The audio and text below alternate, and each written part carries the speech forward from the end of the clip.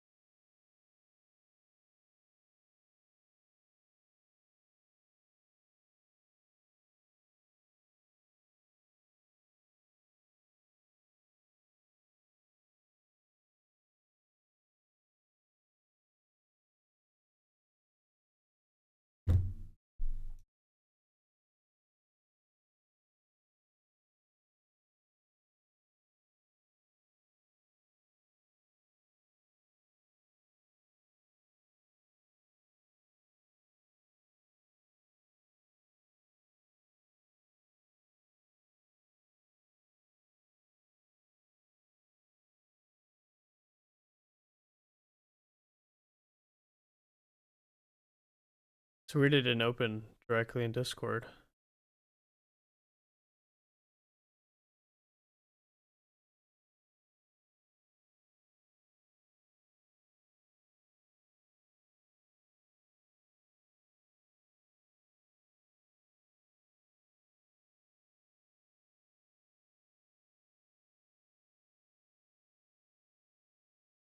Oh well, we'll do that later.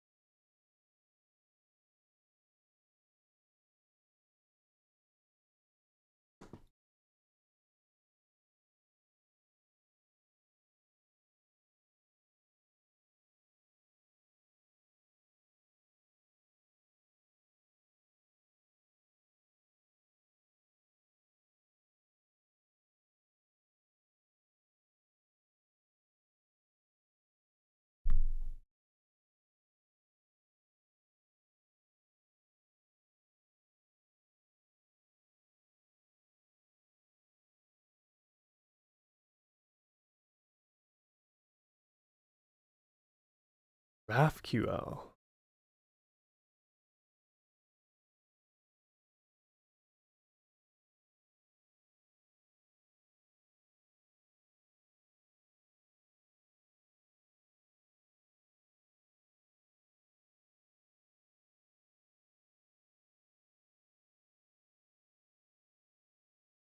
It's actually pretty useful.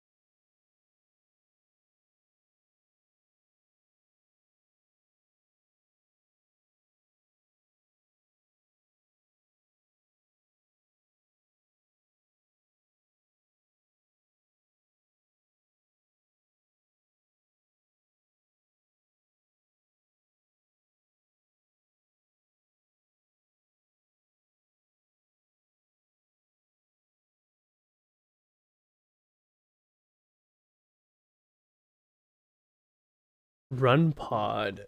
CTL. Interesting. Manage your pods.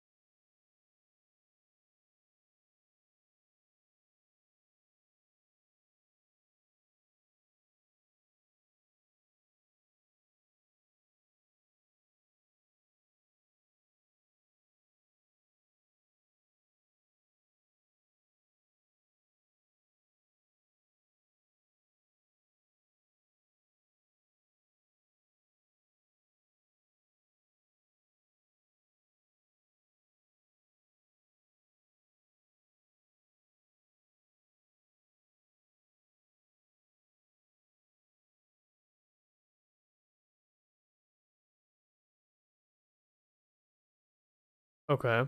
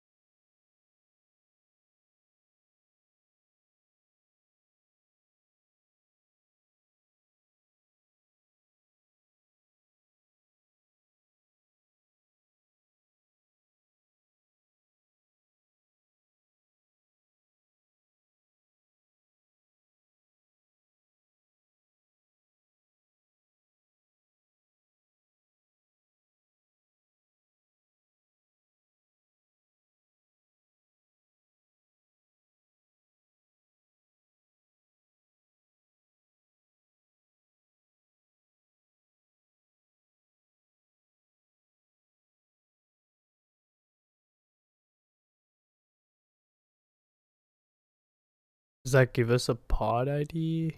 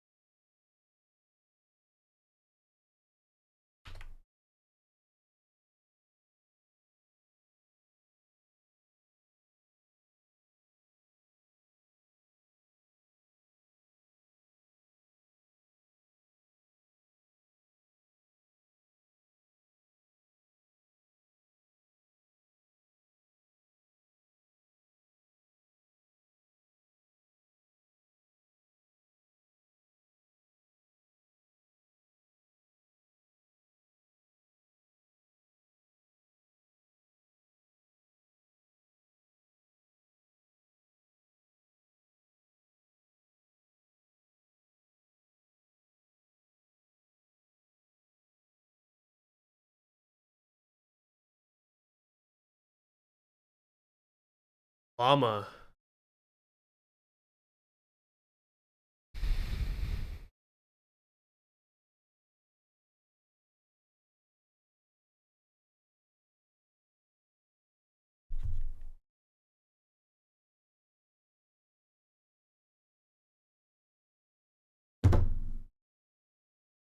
Start training a model.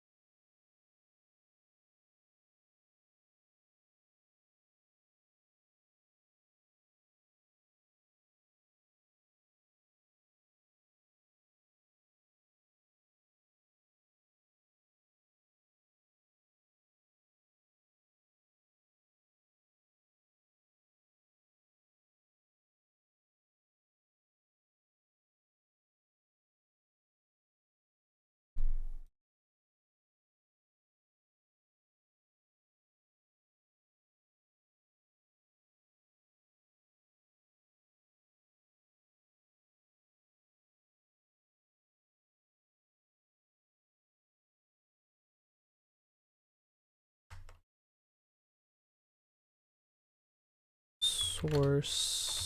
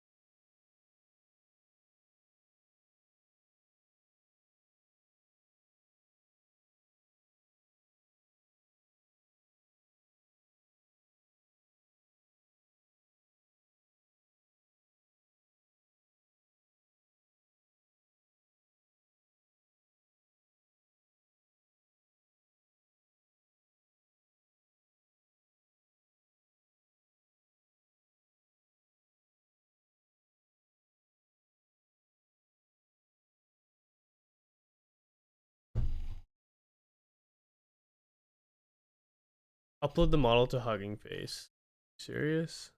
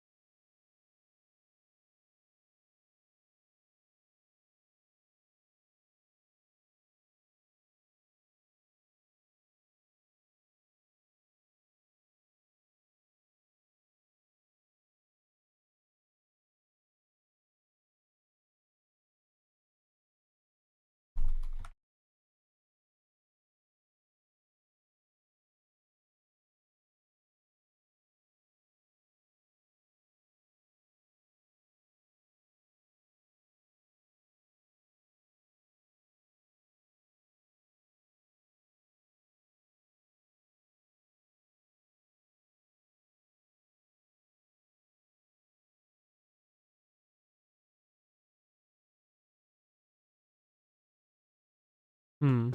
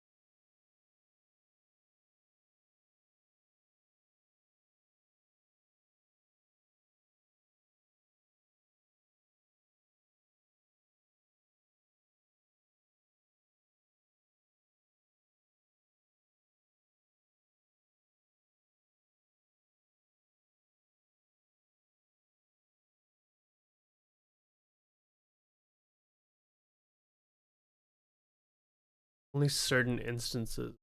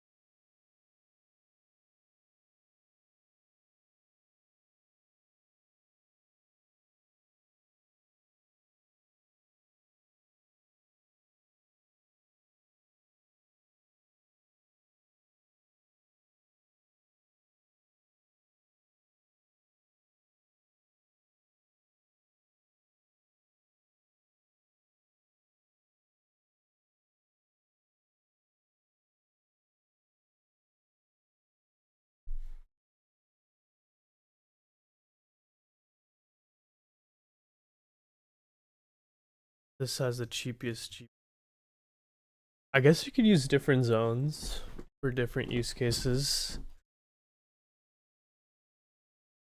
There's no disadvantage of using that data center, right?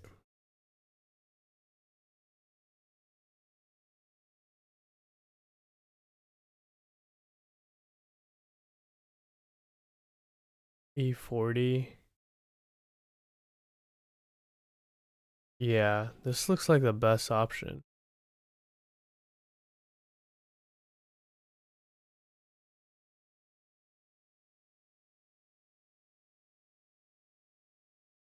84,000.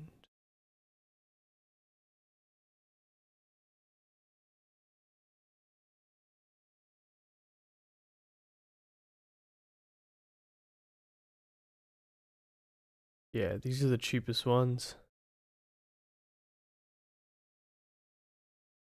Exactly what we need.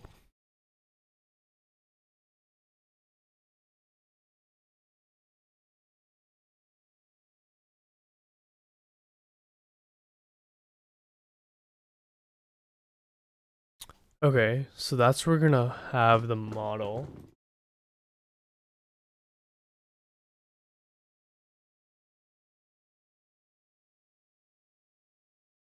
Deploy a pod.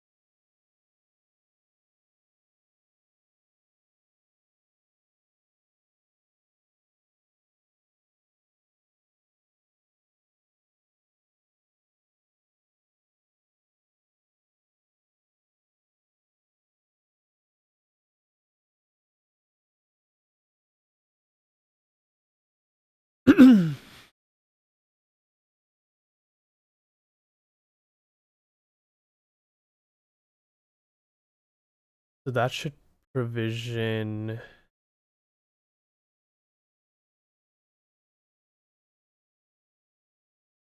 pick this.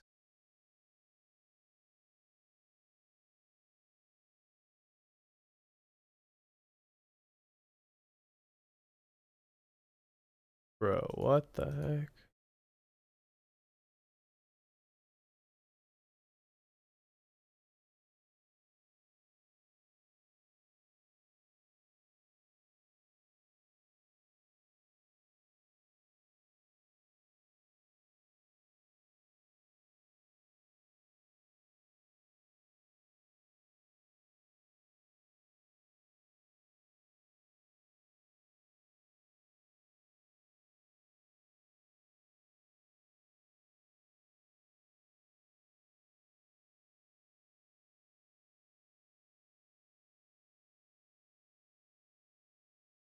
Hmm.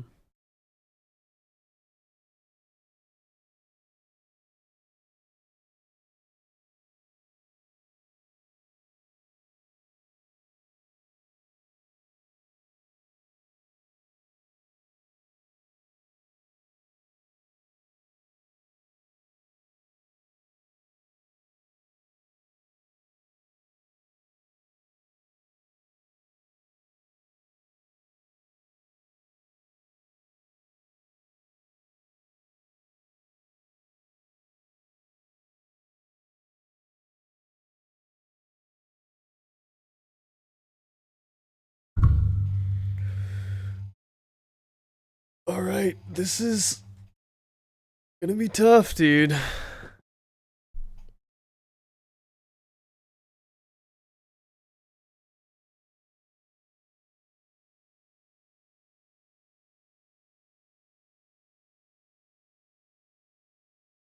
But I think it has all the features I need, which is good. At least I've confirmed that.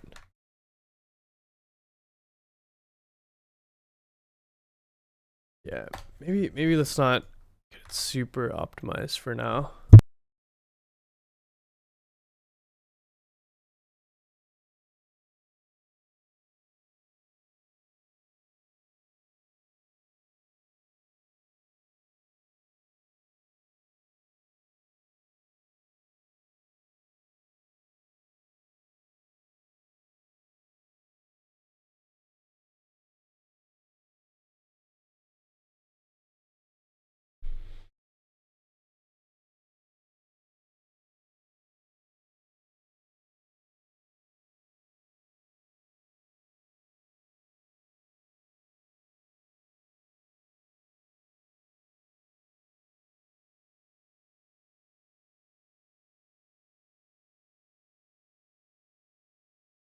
All right, where do we go from here?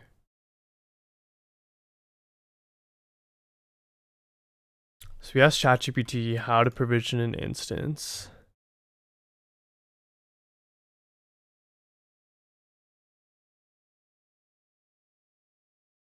Let's see what it gave us.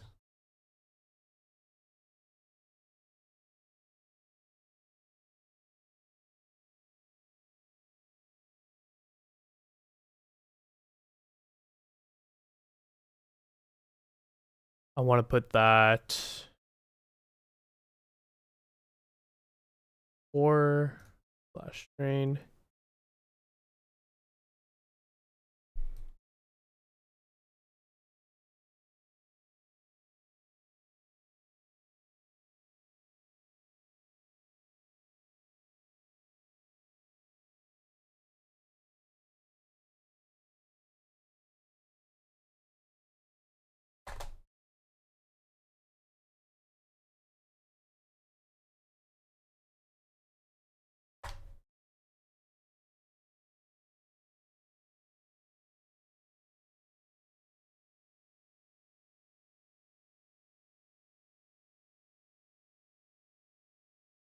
Every time you load the stream, they give you a balding medication ad. Tough.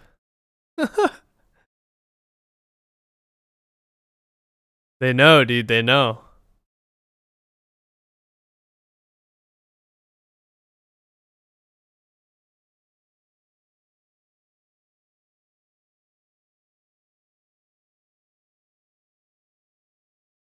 I've literally got nowhere since you've last checked in. No real progress.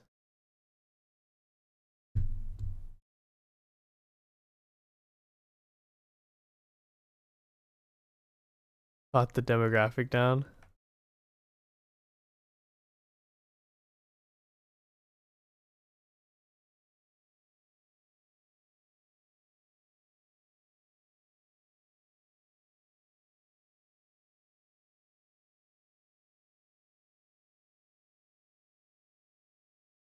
Pseudo. What's up, Pseudo?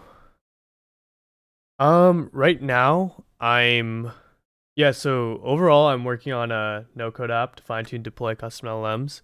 I just set up my FastAPI server. So I just tested that out earlier.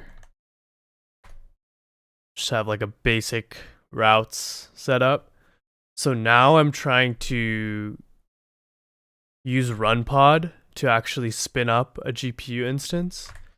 So I'm creating an endpoint. I'm basically creating a background task within my Fast API configuration that will create an on-demand pod. So I'm just looking at various repos to see how they're doing this. Yeah, so I'm just writing the logic for that.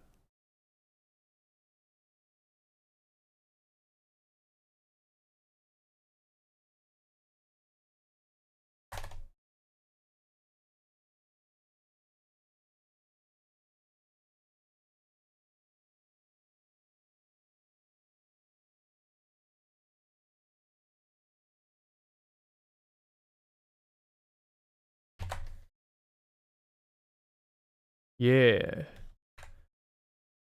Have you worked with fine tuning or at all, Pseudo?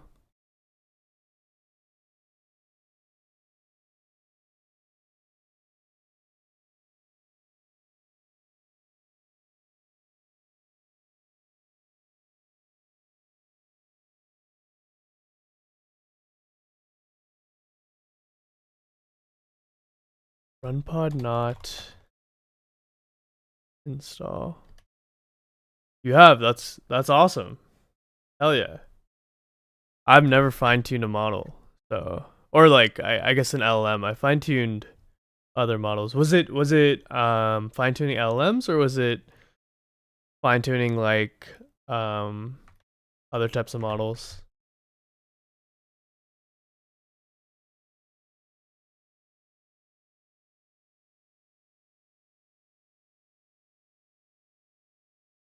Pick that one.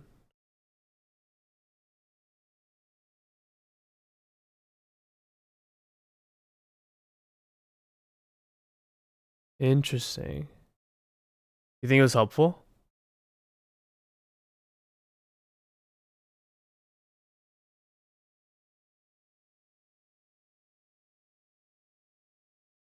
Oh, they use axolotl. Nice.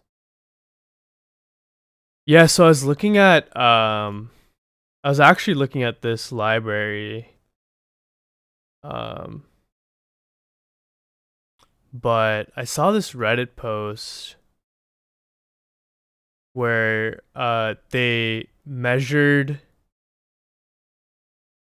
the training speed with different libraries.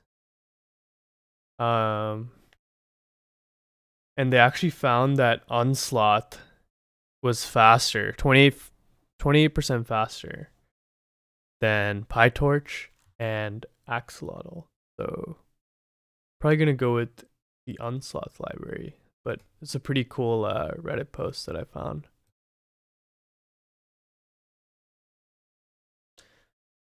They gave you 2K in credits, and you got speakers. Damn. So you basically made your money back if it was 500. Dude, that's dope.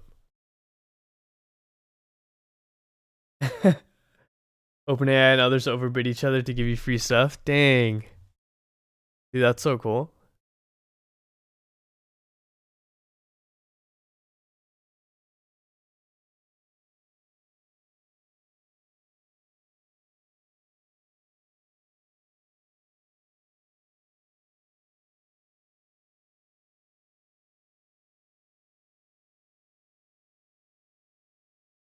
Oh, you guys use Modal.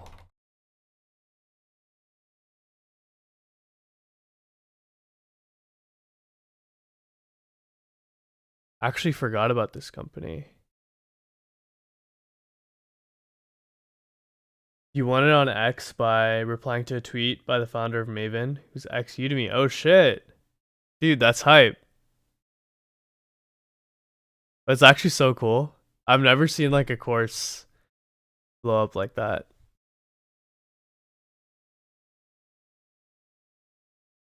How'd you hear about this?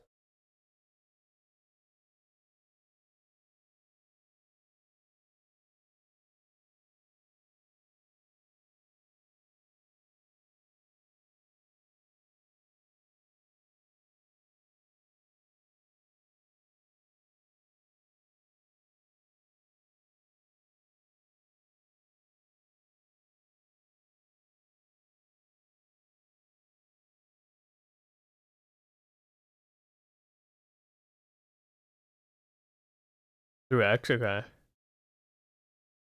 Rename it to a conference? Damn.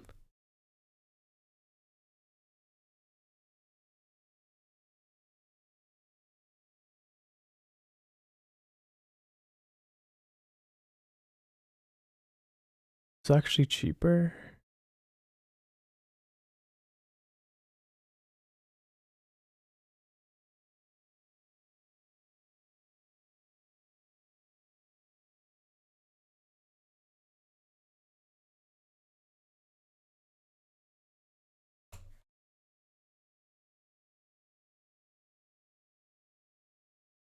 The L4.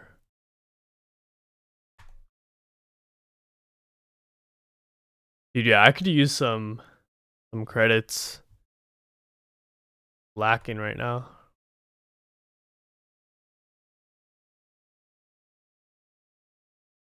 They don't even have an L4.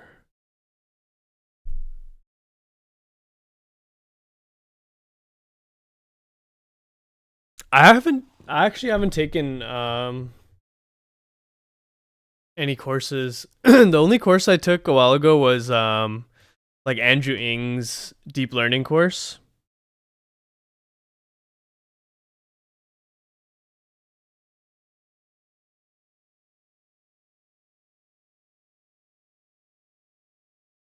On Coursera. I completed that a while ago. That I learned a lot, and then um most I mean, yeah, LLMs are super new, so just trying to work with them as much as possible. Lots of new stuff, but I mean, it's really just. I mean, there's really a few categories, but if you're into courses, I just saw should be in my Dard.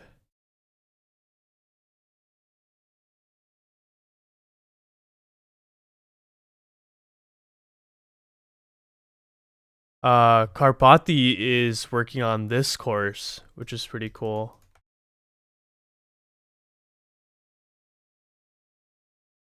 Um, Basically, it goes from not knowing much about AI just to like building an LLM from scratch, right?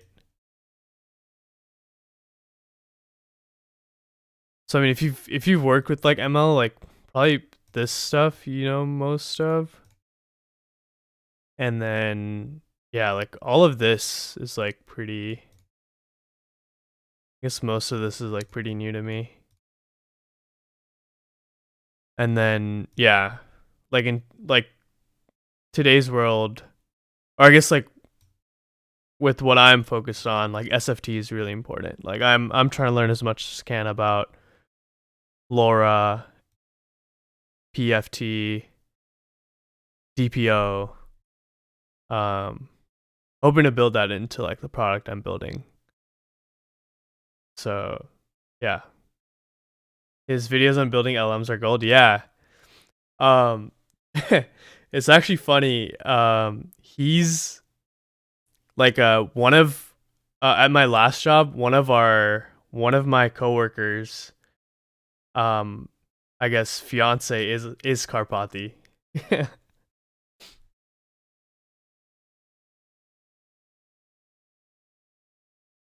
I,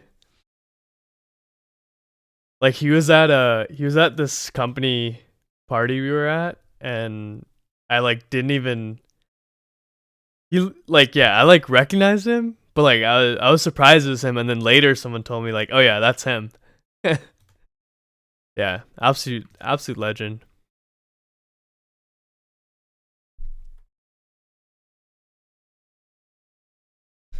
Because I was like, dude, like there's no way like what would he be doing at our company event?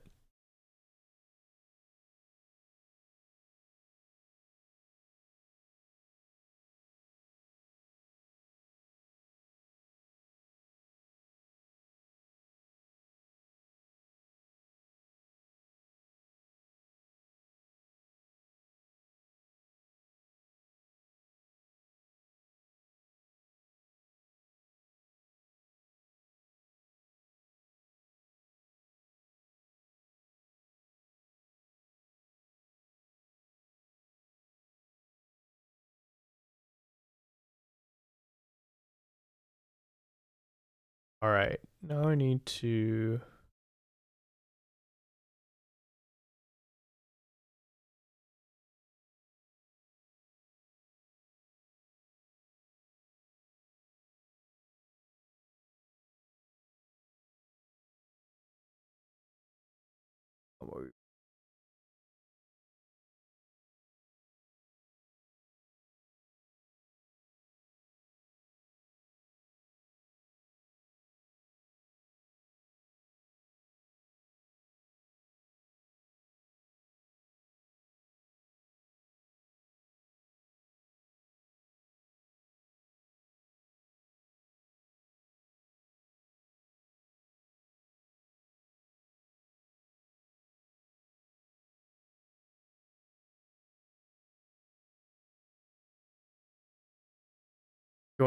getting into fine tuning, it's gonna be relevant.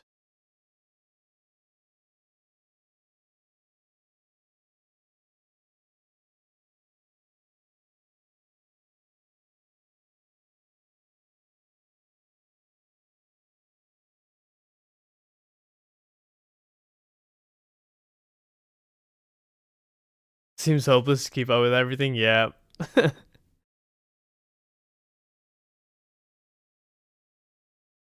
Yeah, it's pretty insane.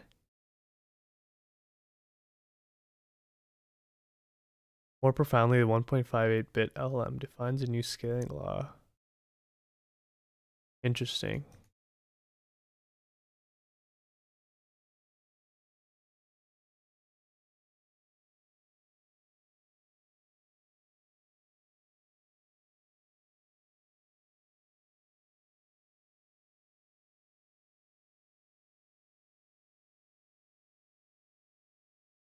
There's another UCLA paper I saw on X today.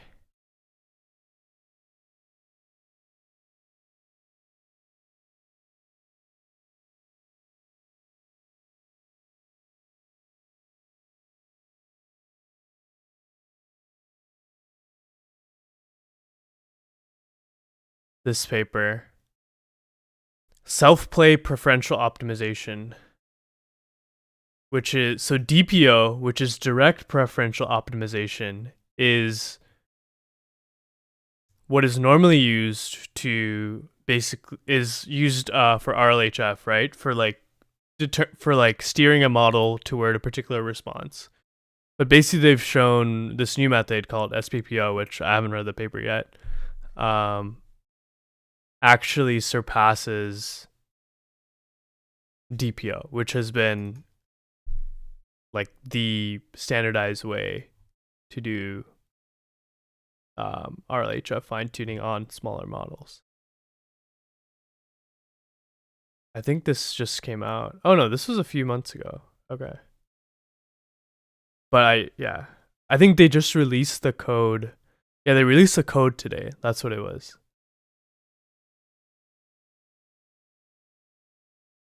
Give me a follow on X. Appreciate it. I'll get you back when I have a chance. Actually, just gonna retweet this.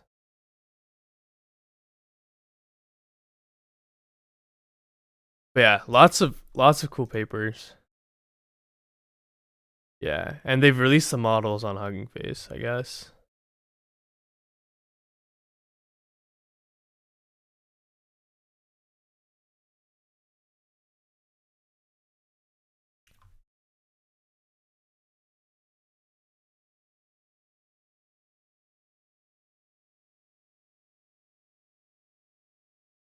Okay. I think today, if I can provision an instance, that's pretty good progress.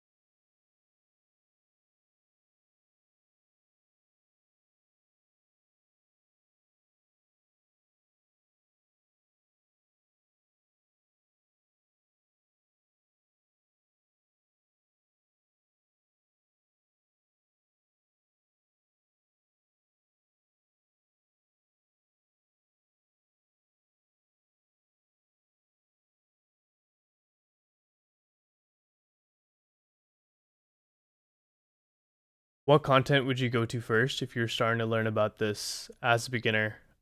Which part? Just like LLMs in general, or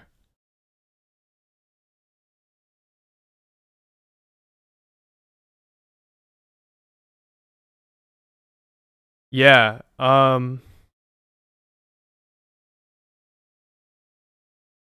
it's It's a good question. Yeah, Karpathy has some great videos, but he talks more about like building LLMs from scratch. Um,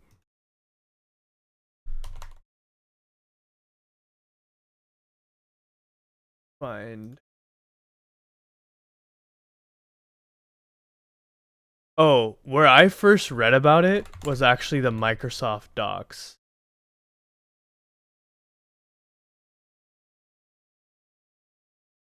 Working with LLMs.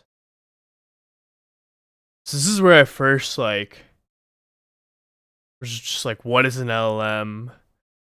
Um,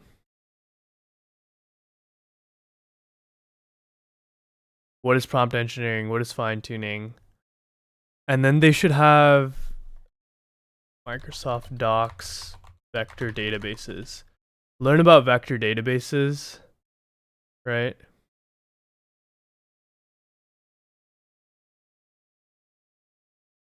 Microsoft Learn.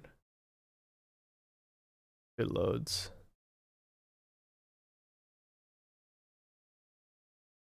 Okay, this isn't it.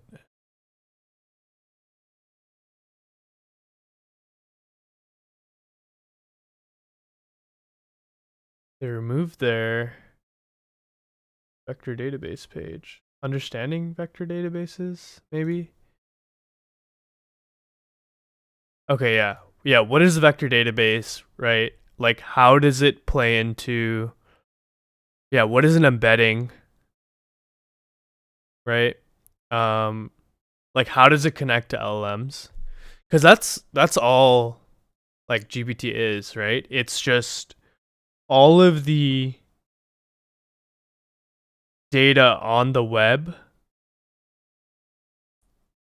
encoded into embeddings, into high dimensional spaces, into vectors in a vector database that is then trained on a particular architecture of the model that they've created, and then like using transformers, and then from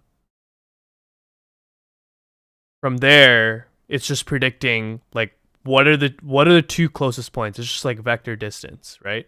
It's predicting, okay, from your input, what is the closest. So we can create a vector from your input, and then what is the closest vector in our kind of target database, right? Or in our learned database that we can see is closest to the input vector. And yeah, it's a little more complicated than that, but like high level, yeah.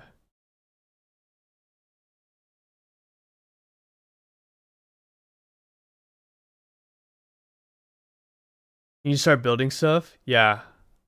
I think a RAG app is good, yeah. I've never built a RAG app. That's actually something I should probably build at some point.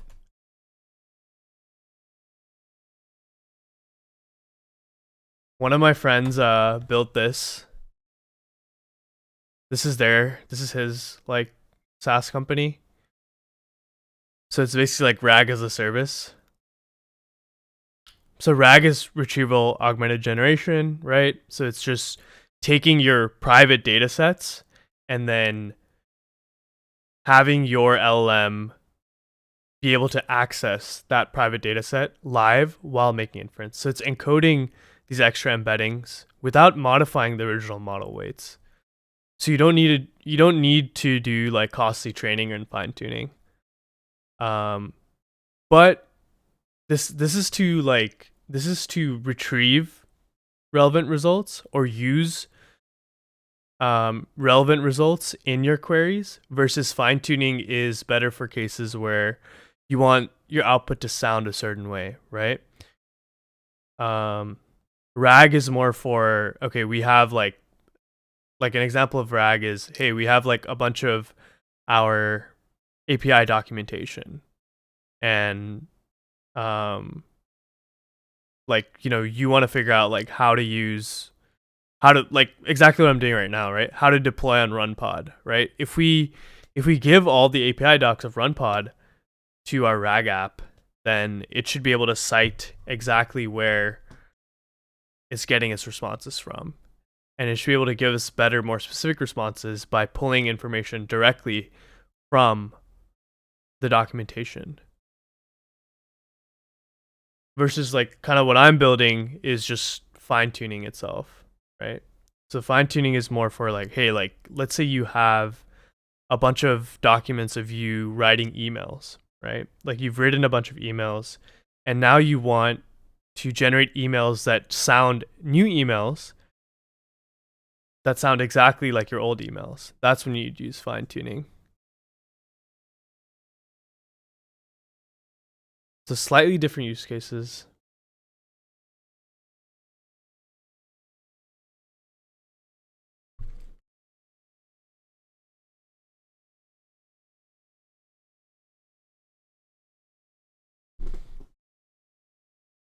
But yeah, I think everyone should learn this stuff.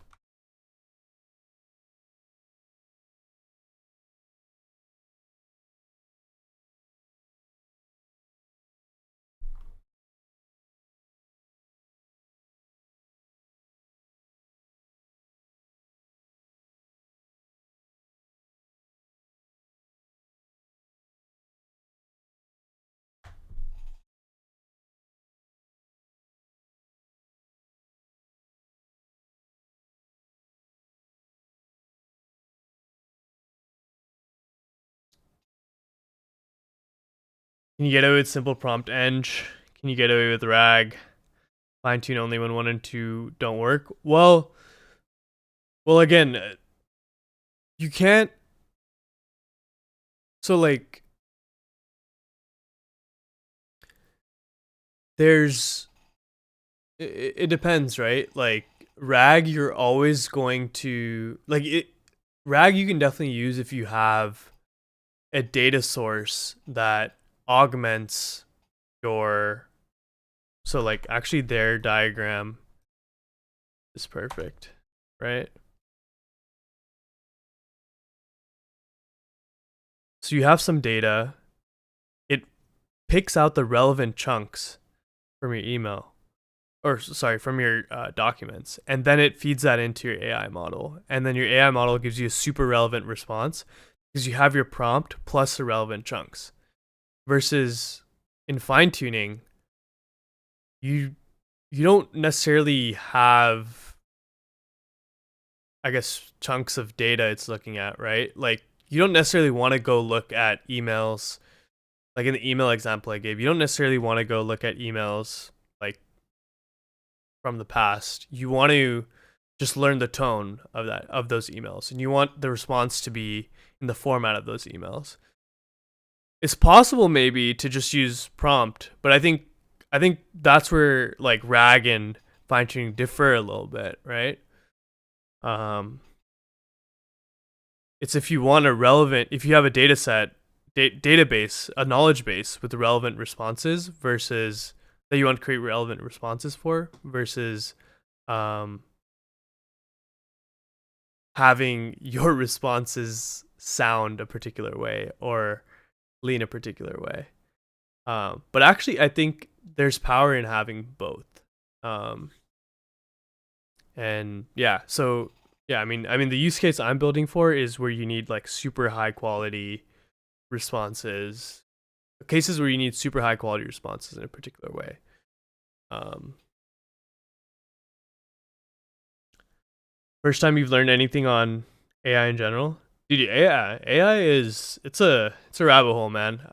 Like once I start reading like one or two things, I'm just like clicking like down like clicking on the next link, looking at the next video. Like it's really cool stuff.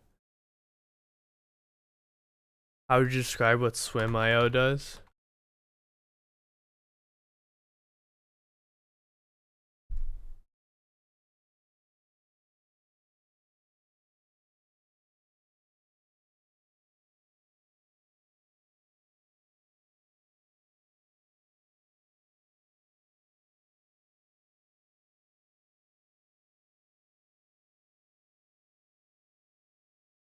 Fastest way to understand code.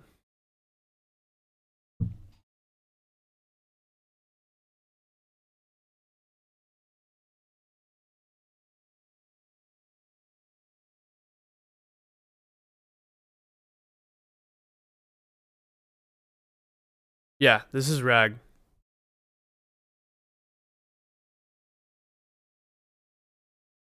This is essentially RAG.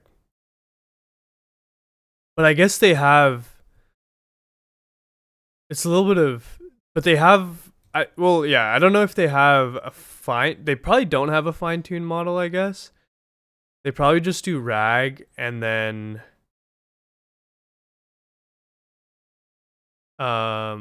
yeah. So basically what they're doing is like this is really similar. So most people use this company called Glean. This is same thing. Um, but yeah, it's exactly this. It'll generate a knowledge graph about all your docs, um, and then it uses RAG to retrieve the relevant information, and then connects that with large language models so that they can answer the right questions. Right. I think this is like very similar. But I guess this is for developers specifically. So this is like for PR summaries. I see.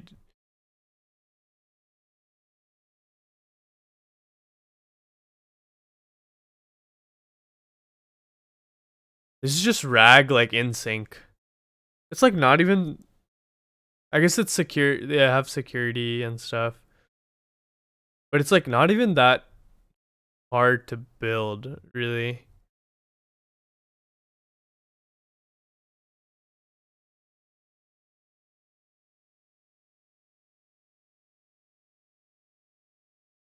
Like they just have specific use cases for each of their docs. They have like a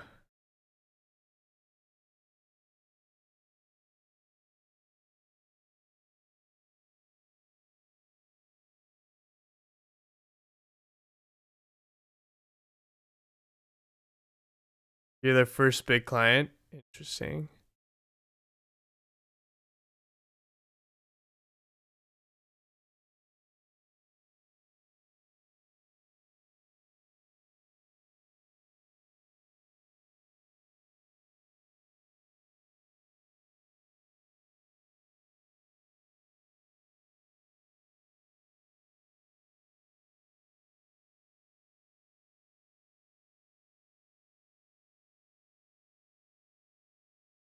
whose answer resides on the large language model gets the question and the context and generates the answer, which we then provide the user. So it's all about the context. This is the important thing to say here. Obviously, we're relying on LLMs, magnificent technology, but the missing part for LLMs without Ask Swimsay is the context, the knowledge of your code base. And we found in many different trials and errors that if you provide too little context, obviously the LLM can provide a full answer because it doesn't know what context it doesn't receive. On the other hand, if you provide too much context, the LLM also does a pretty poor job. So if I were able in a futuristic LLM to provide all of the code base as context, it would be slow and expensive, but also it seems that LLMs are pretty poor at doing a job. They do a pretty poor job when answering a specific question from a very large context. I like to think of it as if you were given a book. I would ask you to one Yeah. proofs of So I mean, he's it's just much easier with describing RAG LLMs there. thanks to AutoSync, our algorithm and technology that allows you to keep documents up to date as the code changes. So when you send the LLM with context, if you send Dude, this guy's talking about his tech like wrong it's or like outdated, super the huge or LLM like new. doesn't know that it's wrong, right? It trusts you that you Auto send sync your true data as context. dude. It's he's just running a diff on on. He's just hashing the files and then running a diff with with your updates. Like what the If you send like that's wrong, auto sync outdated technology. They're just information, overhyping this shit. it's even worse than not sending information at all because the LLM might hallucinate or in this case rely on actual data that is wrong that you send them and write something misleading. So by using AutoSync and by rerunning this process in a smart manner upon code changes, we make sure that we feed the LLM only with relevant context that is up to date with the An Israeli company. I see. No. I mean, I guess it's just like, I mean, that's fine, but like, I don't know. I mean, it's their job to overhype it. I don't know. Auto sync. They have good integration, but their price. I mean, this is pretty reasonable actually. We used GitHub Copilot, or I use GitHub Copilot a lot at work.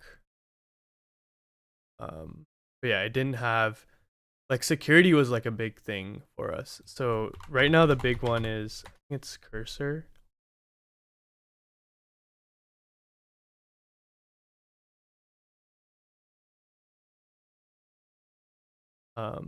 This is I guess somewhat similar to what they were saying. But yeah, this company's a little bigger.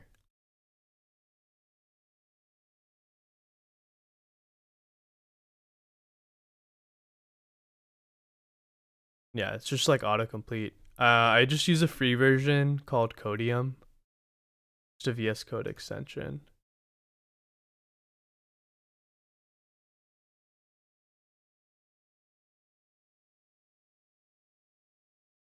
Swim must be extremely secure. Yeah, yeah, I bet cuz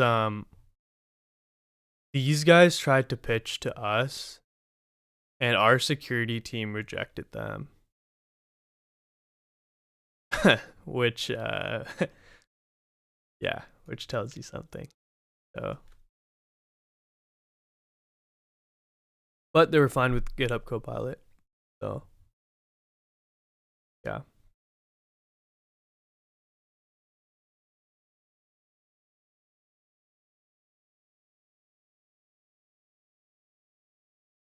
Lots to learn.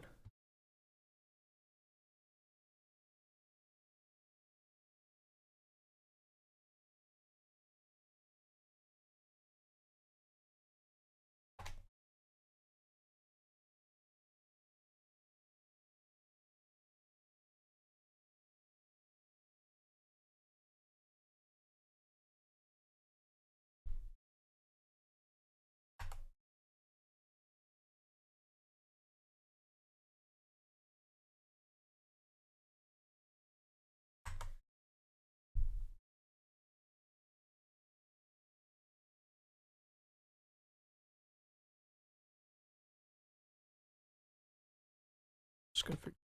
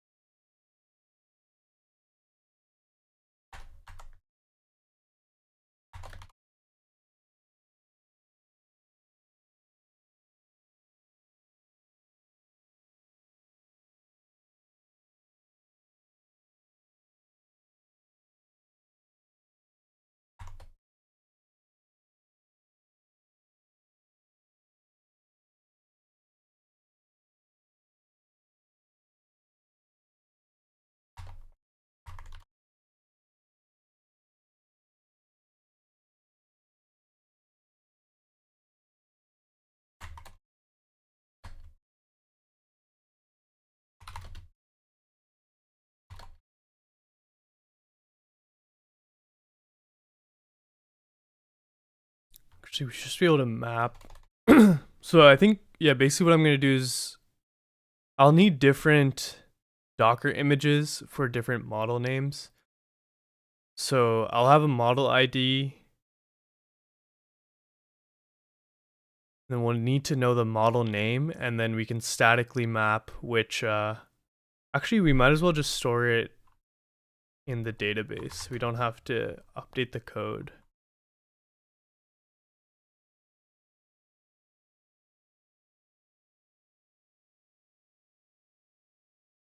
I'm just gonna create a stub function.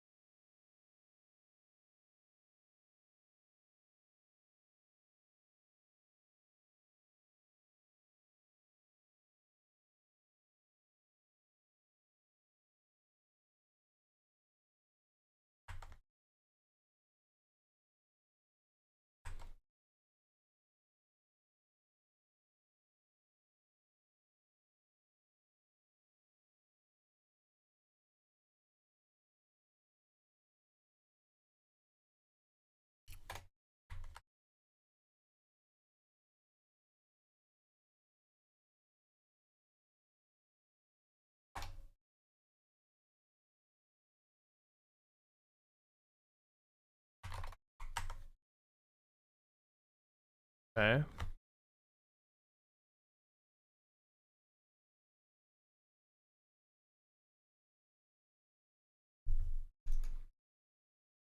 It's actually used.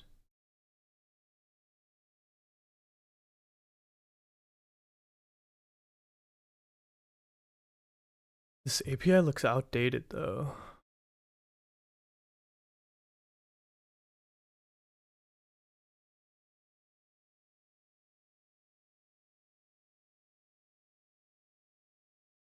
Three months ago. Does work.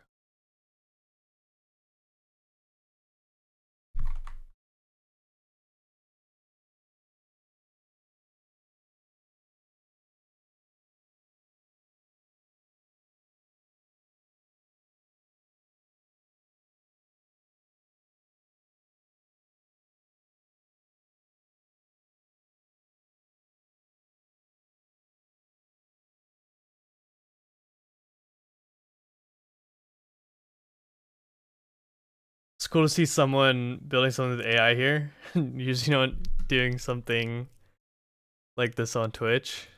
Yeah. I was actually looking at other streams as well.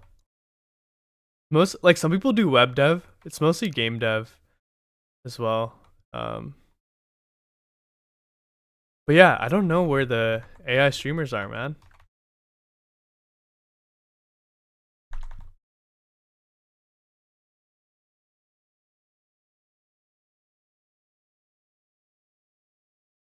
Like you'd expect there to be way more with the hype right now.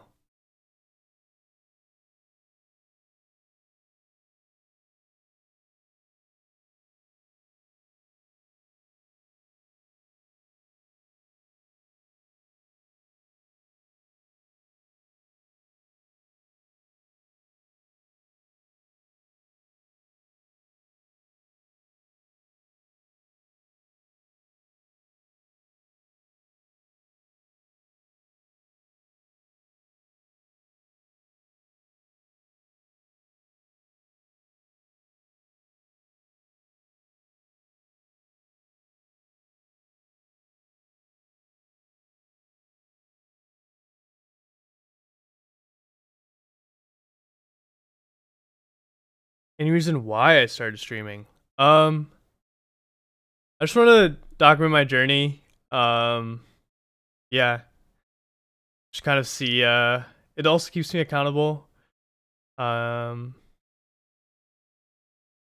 yeah, And I streamed before. I used to stream like just gaming and stuff, and it was like pretty fun.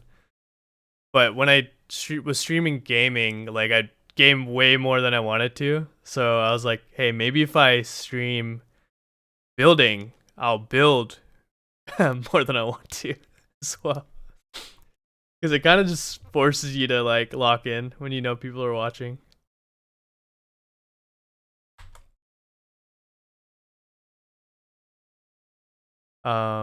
Yeah, and then I mean, yeah, I'm like starting to build in public, so I think that's also part of it.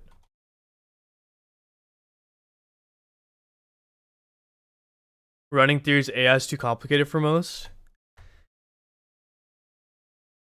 Like everything's complicated, but I think some if you just have like good critical thinking and like a higher tolerance for failure, I think eventually you'll figure it out.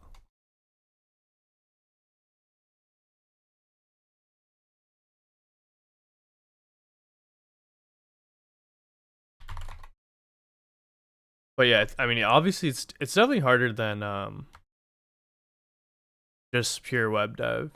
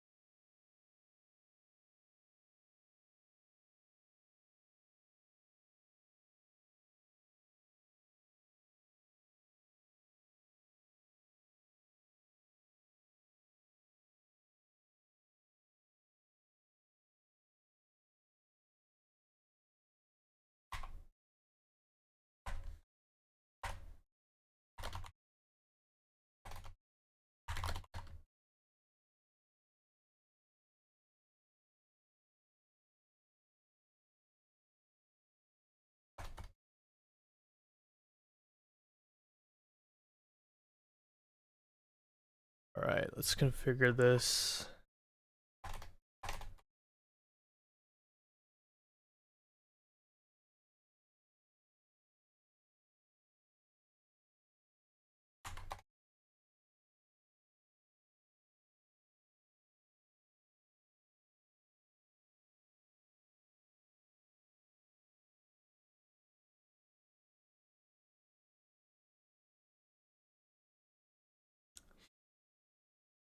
Sudo, are you building anything in AI right now?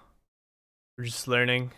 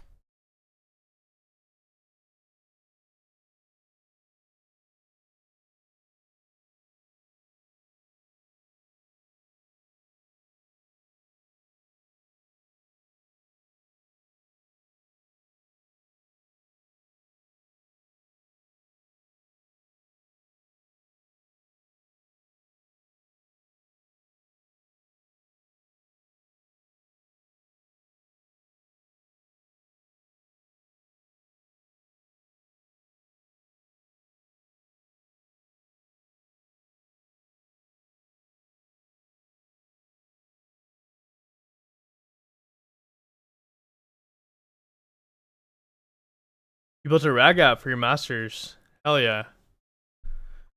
Where'd you do your masters? Are you from the US?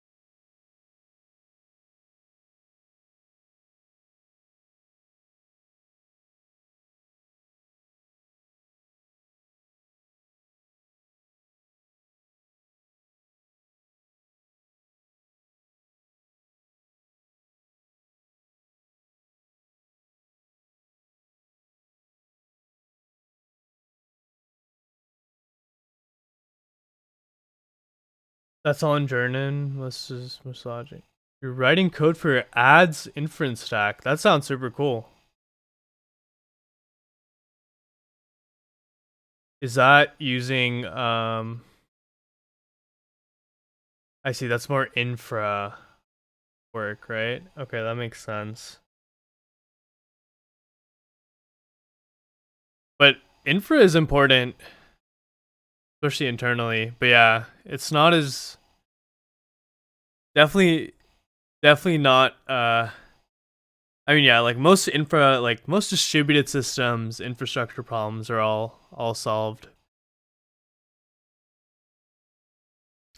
Lived in London for 7 years before you moved to the Netherlands, where you now work at Reddit. Dude, that's awesome. Never been to either I've never been to either place.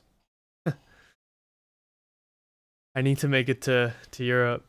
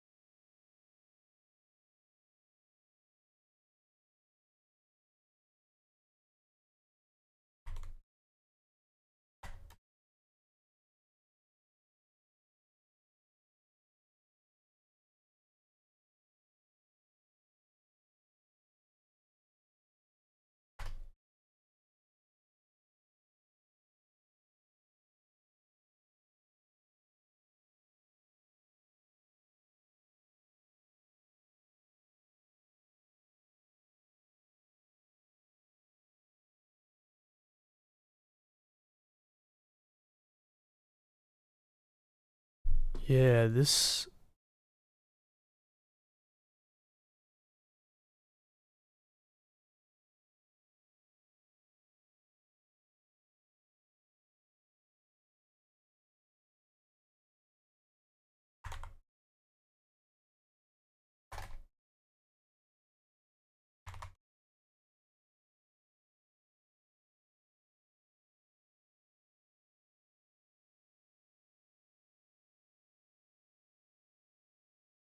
is this API outdated? I have no idea.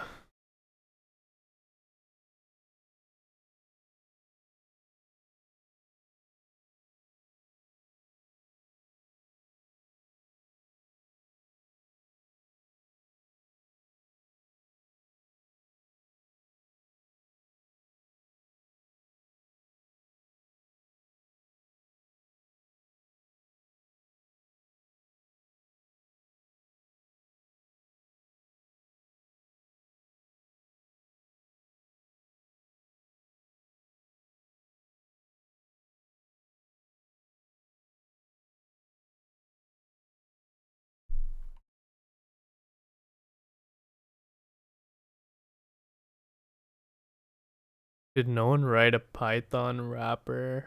I think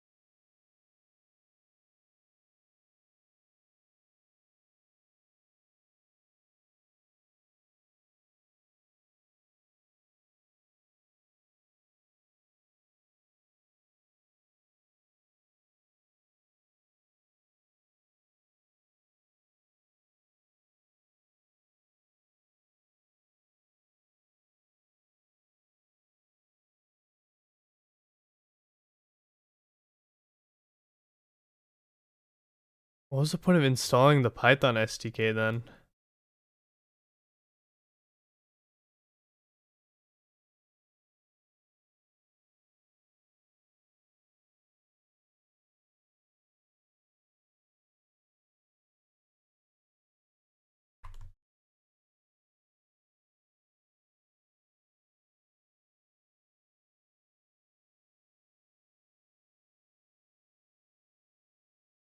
Let's try it.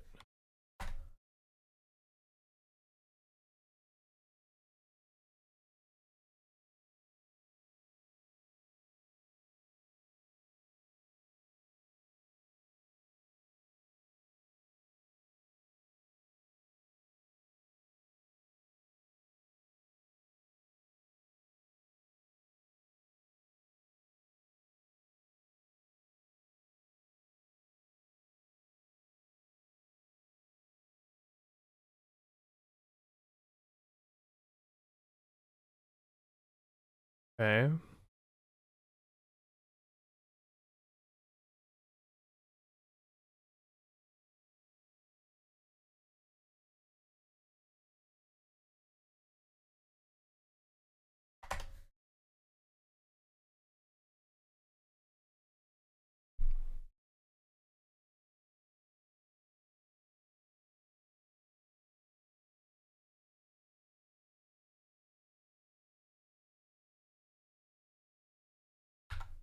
One sec.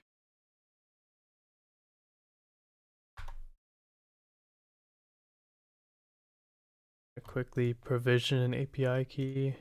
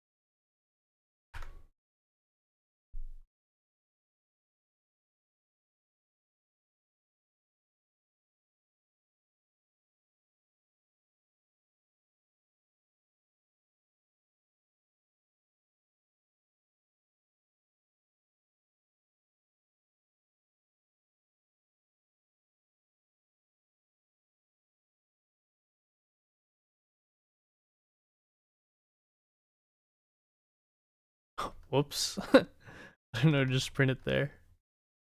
Oh well, I'll just recycle the key later.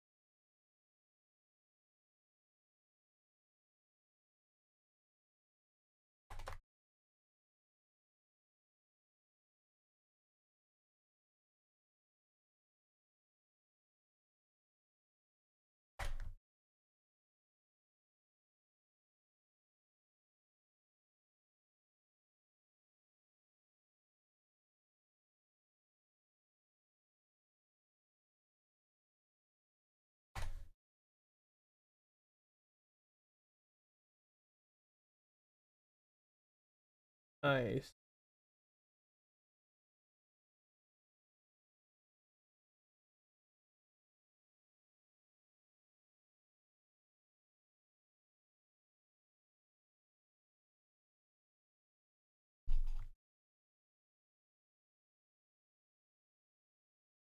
All right, I'm just gonna trust this file works.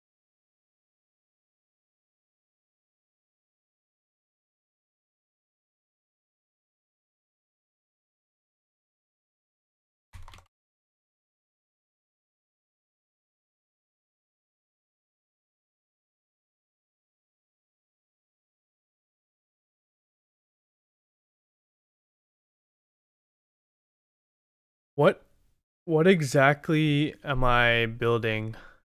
Um,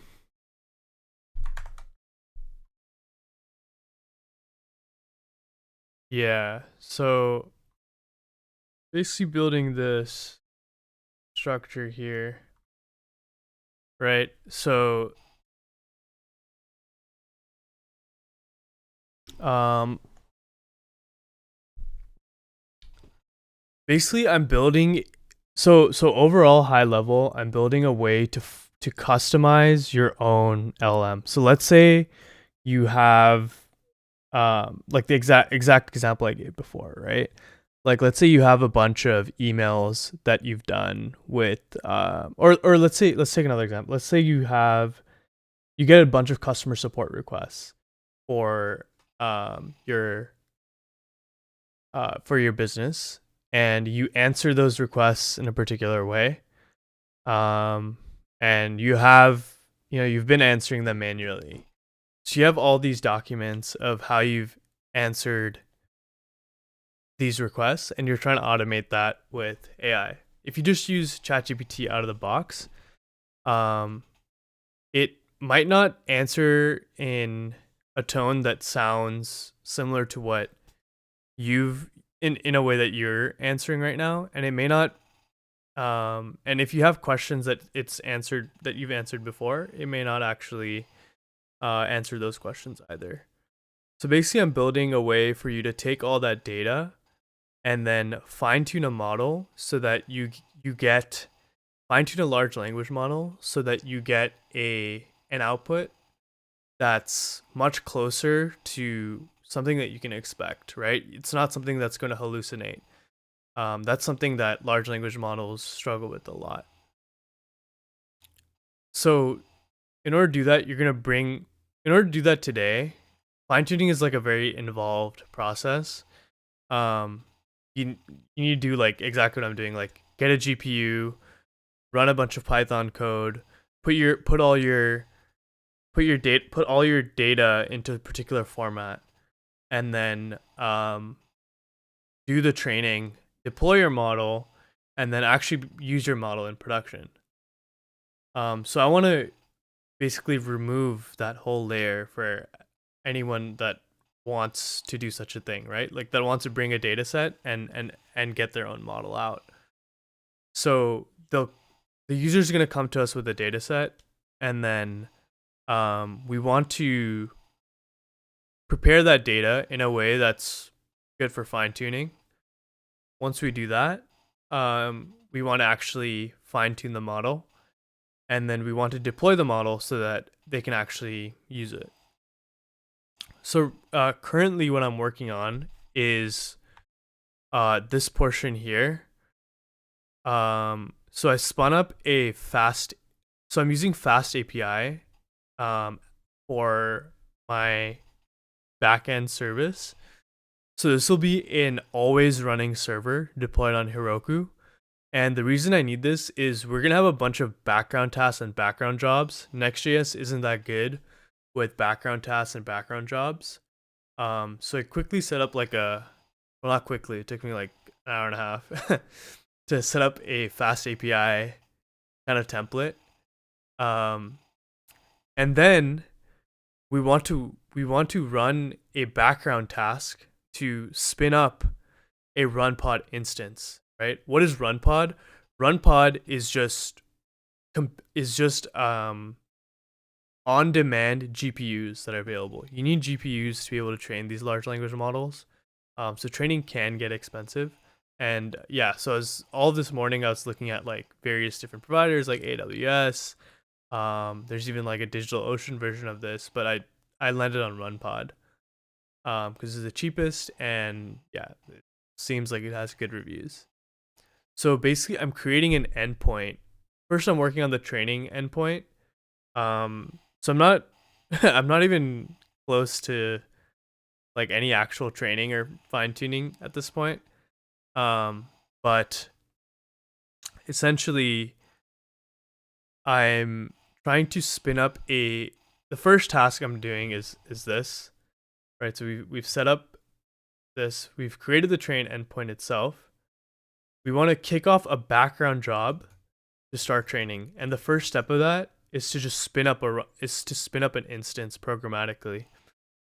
So I've been trying to follow the runpod docs to actually create a runpod instance, right? So if in our console, right, we see pods here, you can obviously do this. You can click deploy.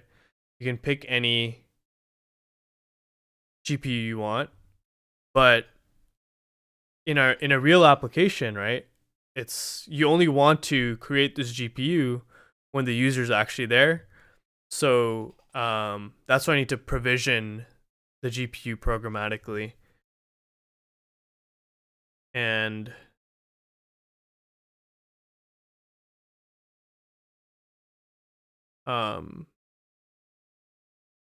where did my wait, here it is.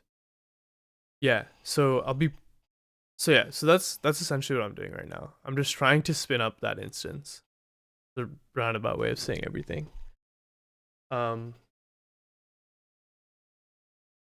Yeah, and then it gets a little more involved from there. Yeah. But yeah, that's the very first step.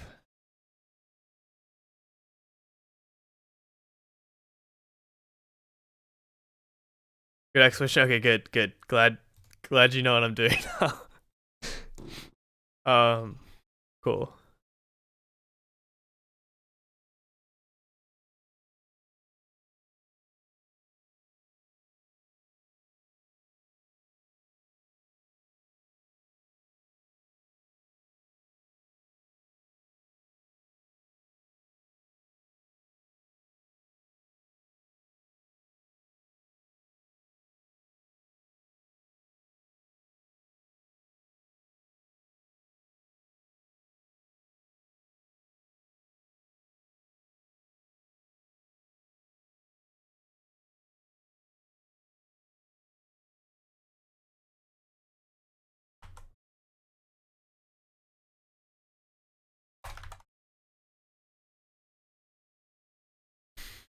Yeah, so they gave someone put up a Python wrapper around the GraphQL API for RunPod. So that's what I've basically copied over here.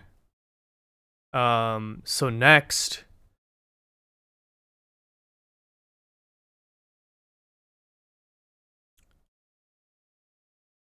have you tried matching the tone of an email with PE before? What is PE?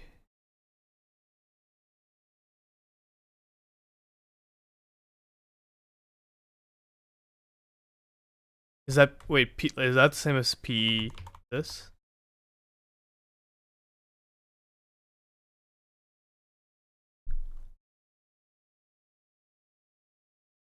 I haven't done any fine tuning with LLMs.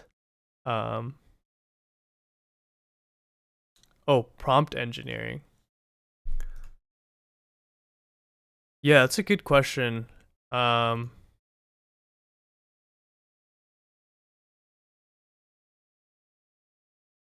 I think with like a few few shot, it is possible. Um, so yeah, I think it is possible, but I believe there's use cases where that demand like even a higher bar of predictability. Um, yeah, it's. I think you're right. I think emails, yeah, probably not the best. Um, so yeah, maybe we're stuck in solution in search of a problem, but at least for me, like I think I think as I think I think I could see this being useful for even for developers that maybe aren't as familiar with ML. Um, just to, like, get their own fine-tuned model running. But yeah, we have to figure out the use cases, right? Maybe email isn't it. Um,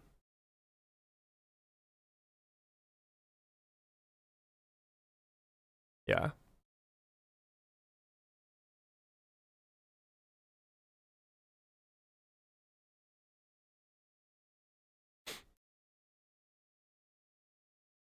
yeah, it just depends on the use case.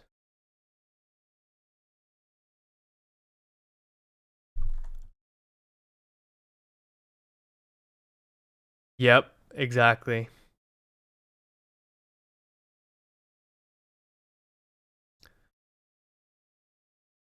Or prompt engineering doesn't work, but you have enough data to tune an LM. Yep.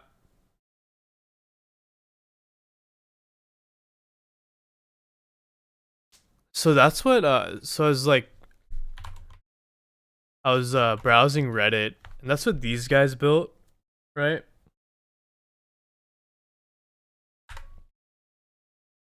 So these guys, I think these guys were trying to build something similar to what I'm building, and then they just pivoted to just doing only like being only a customer support agent, which kind of makes sense, which is exactly like one of those use cases, right?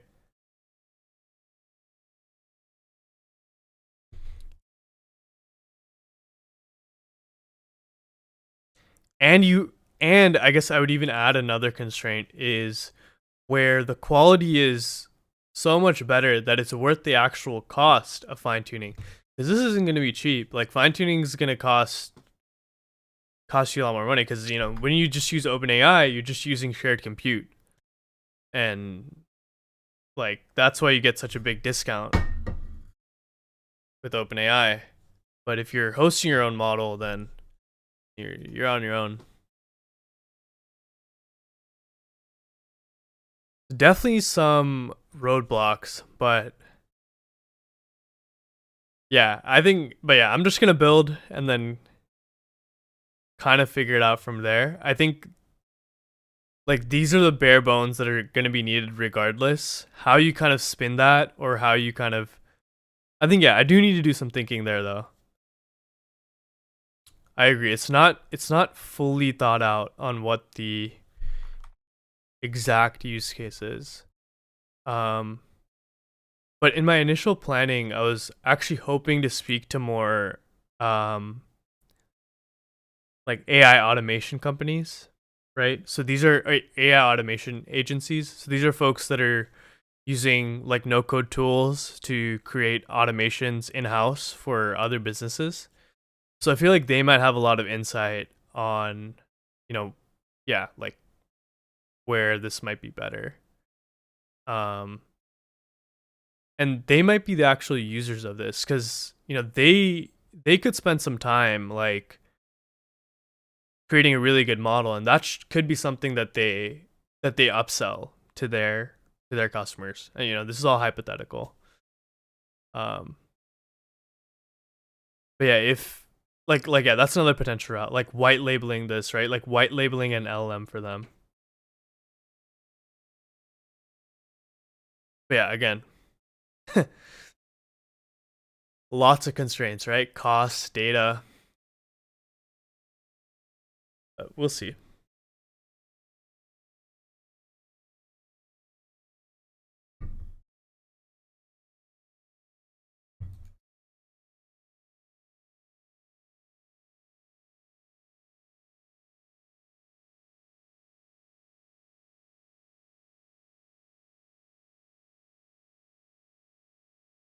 Yeah, exactly.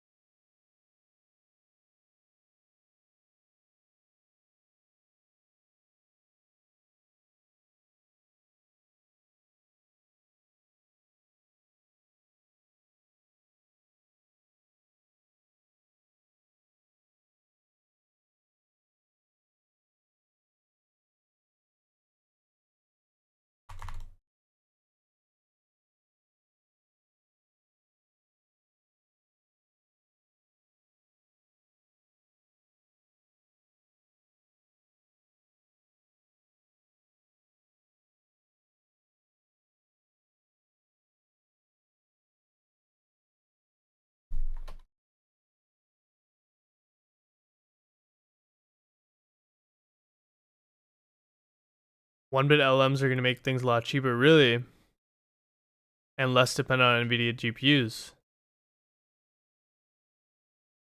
Interesting.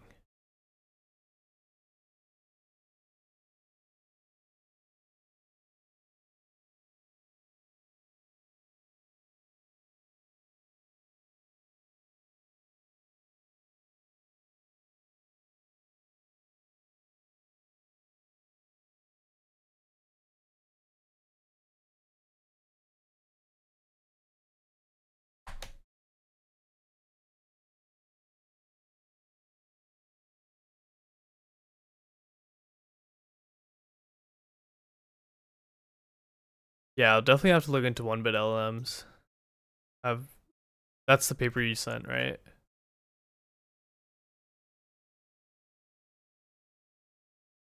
What's going on here?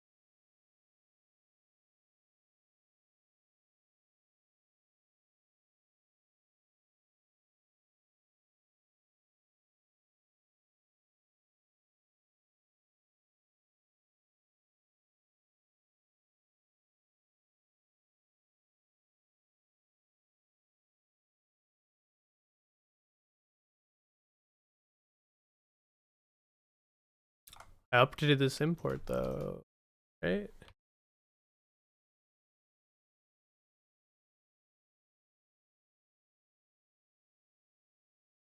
Okay, I fixed it.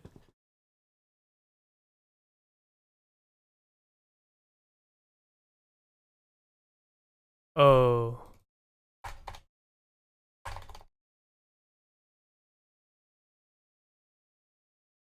we moved our code here.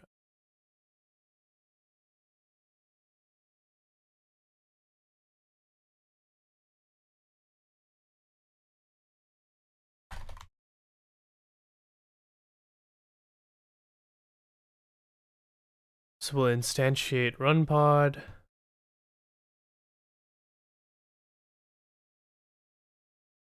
That should... Okay, and then all we do is run this function.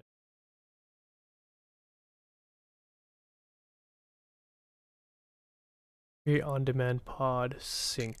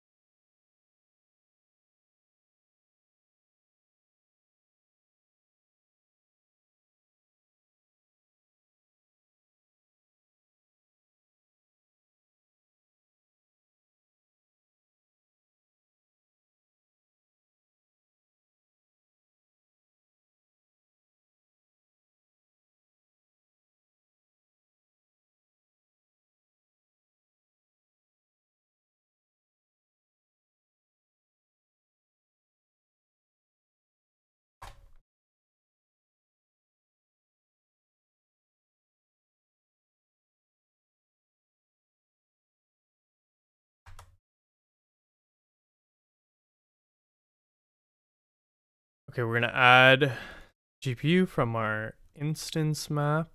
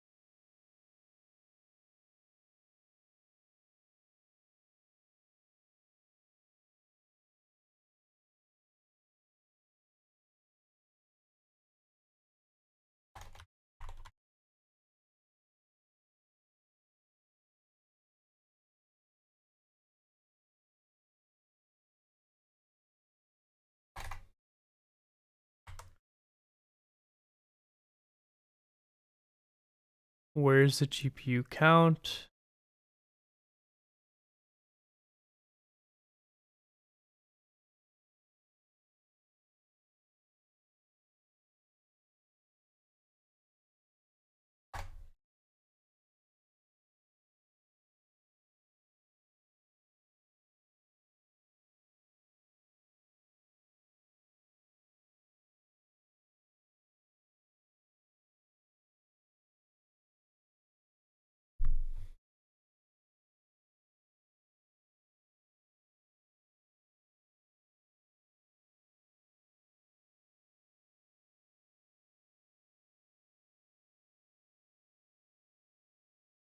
Okay, I don't have to over-engineer this right now.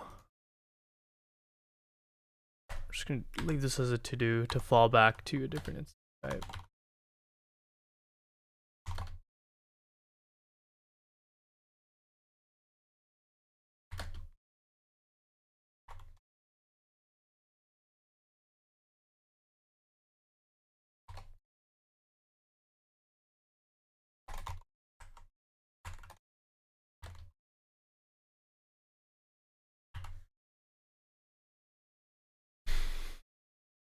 So also to-do.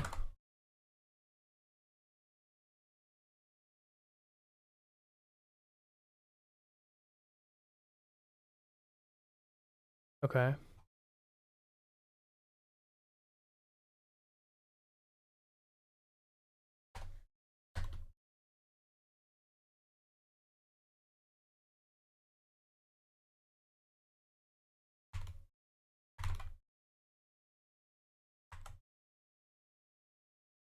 So /start should begin our background job, theoretically. So now I'm going to call it from the command line.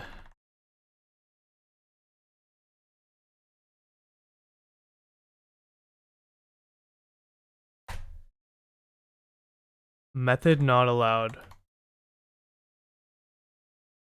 Oh. Post request.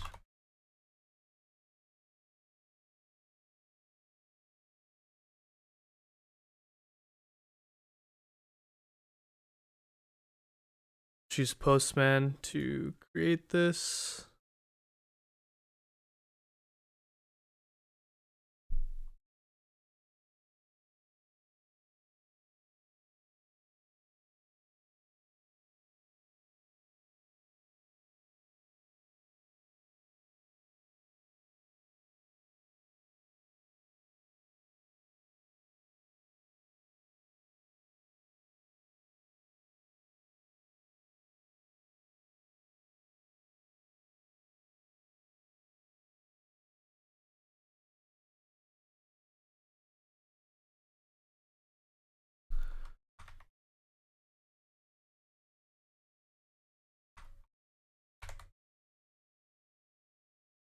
So we're going to add, what did we say was required for this endpoint? Training job object.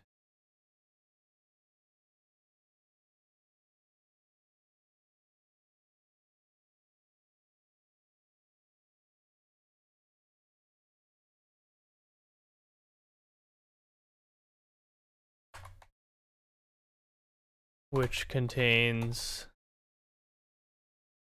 user,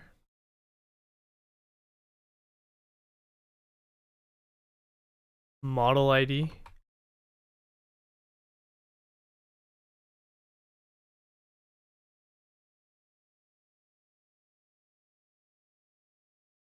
data path.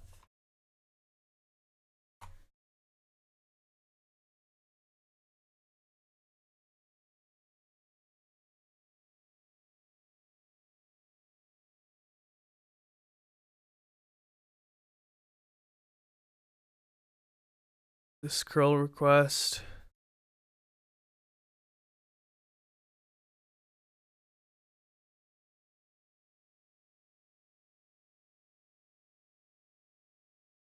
See what happens.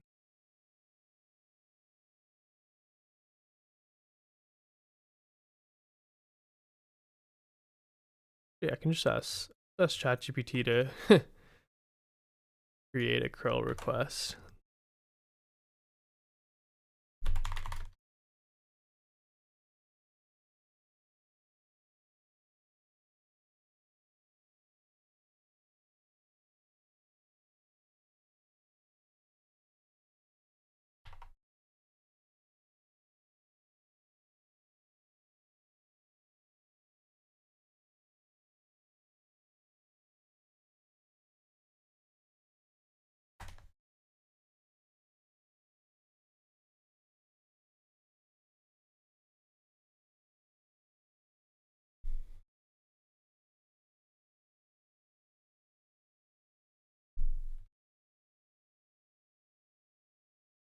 See if that works.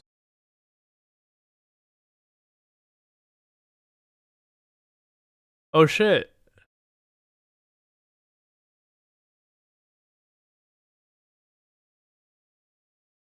That was successful. What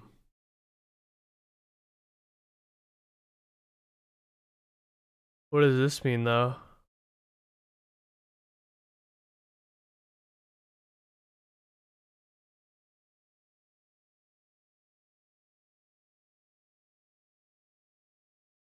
One error.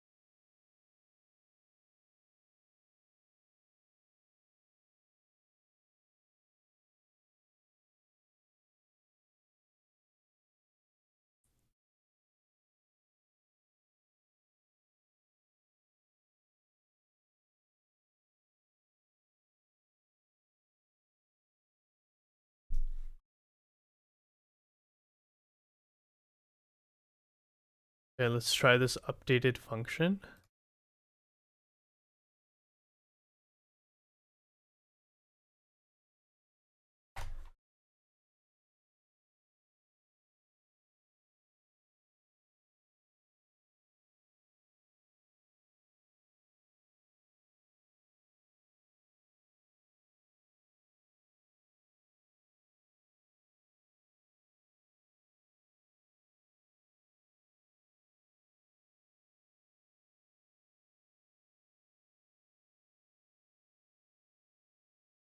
Let's try that again.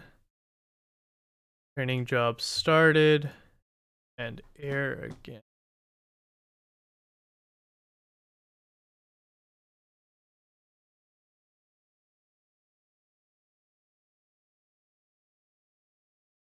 Let's just print something here.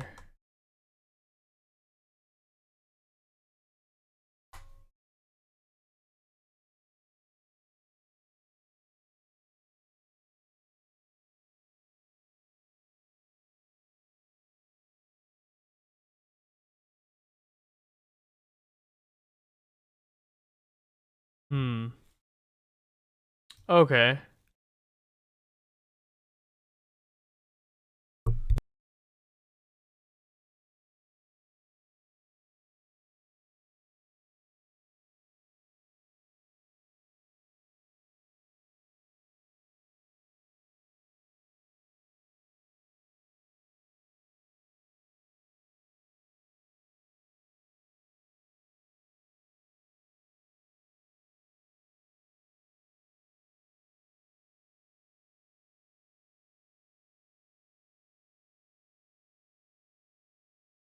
Why is it a 401? Let's see.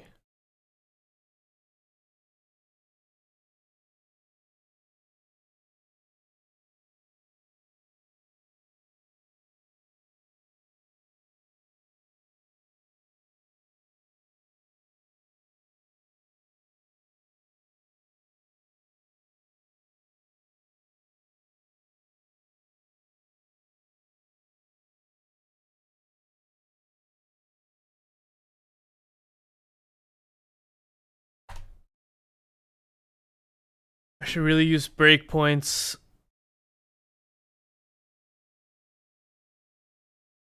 But it's fine.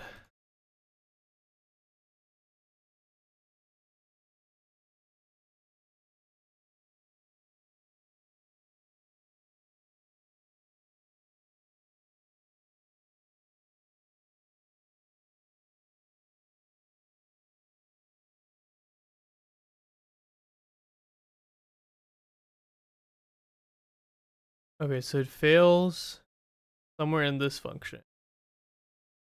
Most likely. Or let's just confirm that.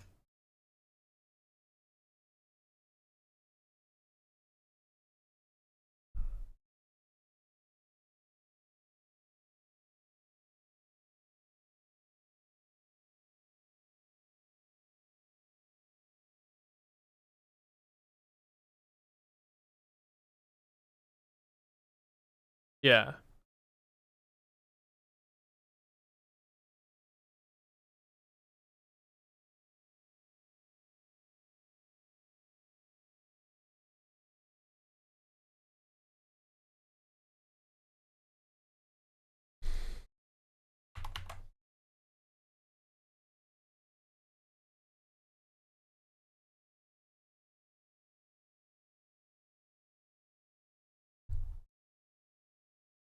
So we need to figure out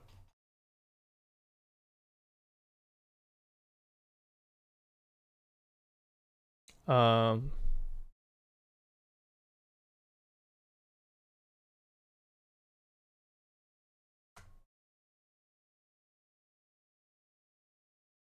we need to figure out why this query isn't working. So the doc, it links us to here.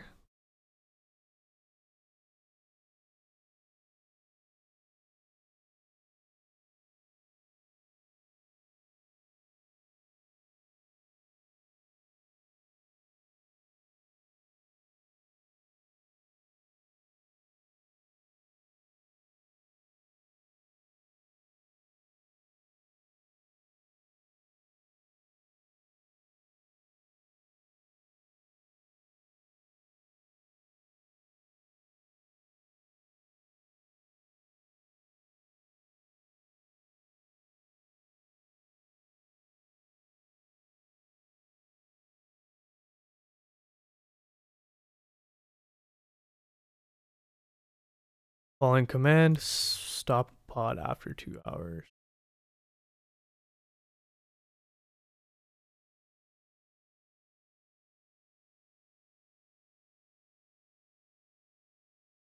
It's fine.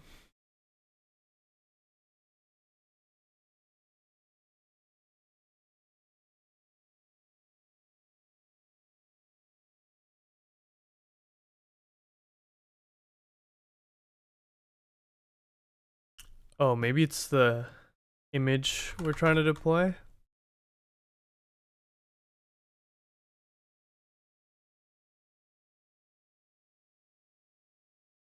I don't know how to. We haven't gone to deploying a custom image yet on the GPU.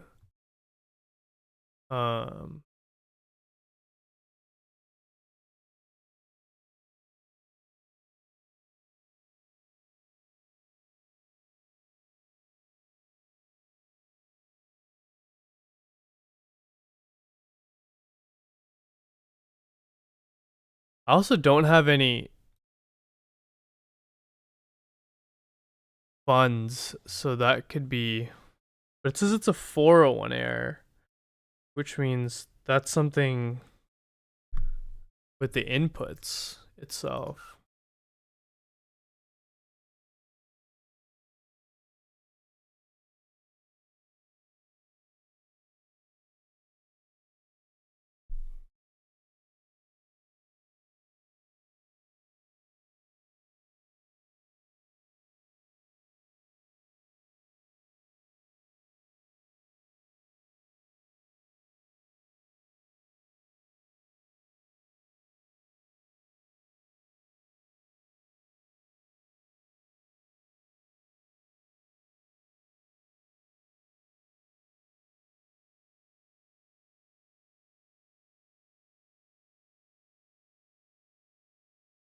Hmm.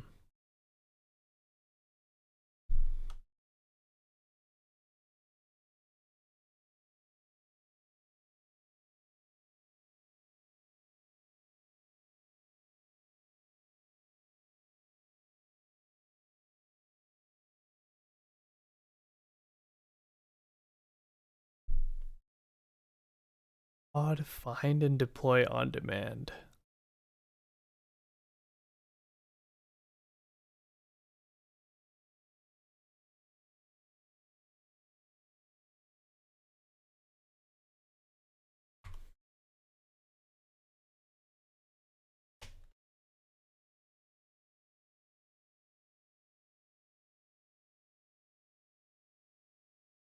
We already decided there's nothing there.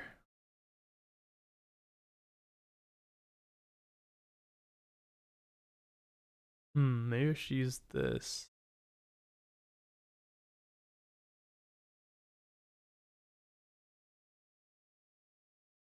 I thought. No, this is what they suggested. Oh, they do have create pod built in.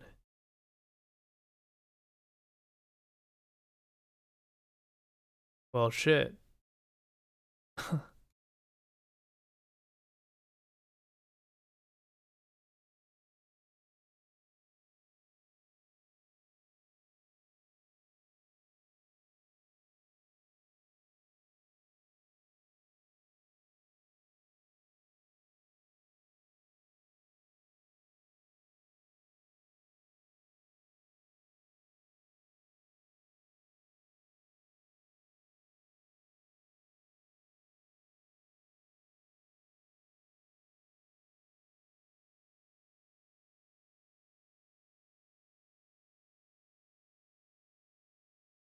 Okay, we'll just update to use this package because I think they'll keep it up to date. Okay, well, I guess we wasted a little bit of time there. But that's good. At least we'll have this to fall back on, worst case. Okay, so I'm just gonna say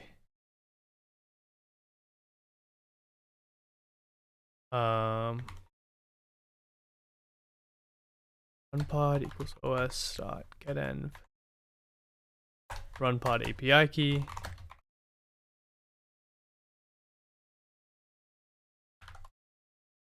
Cool.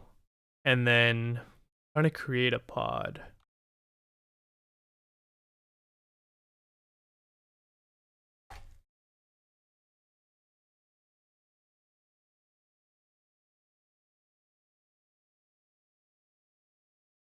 Basically from here.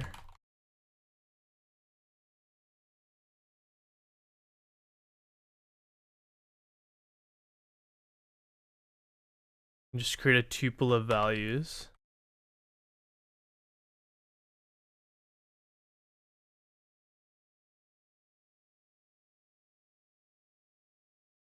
Name, image name.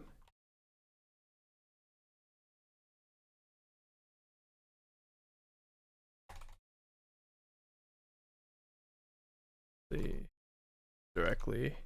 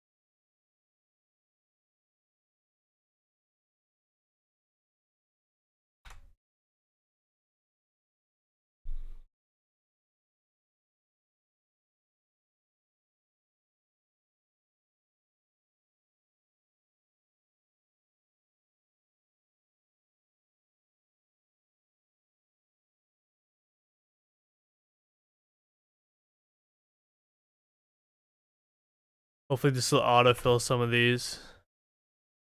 Just kind of what I'm hoping, so I don't have to type all these out.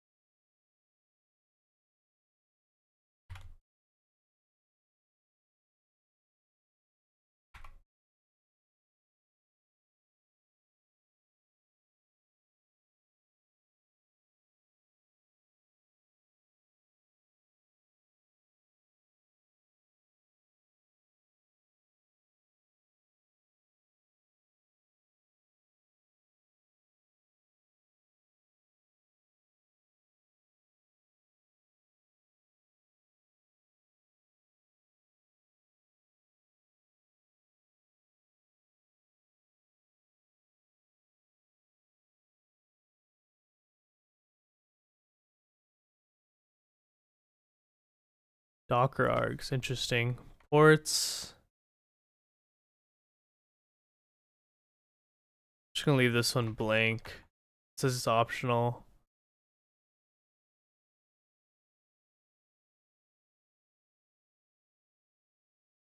Volume mount path. Might be useful later, so I'm gonna leave that in. Env should be just environment variables. I see, yeah, we do need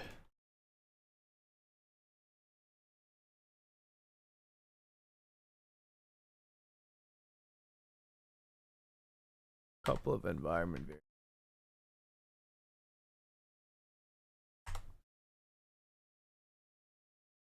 Template ID, no idea what that is.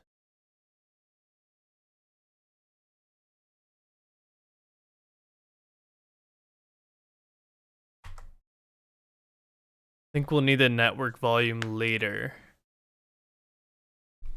as well.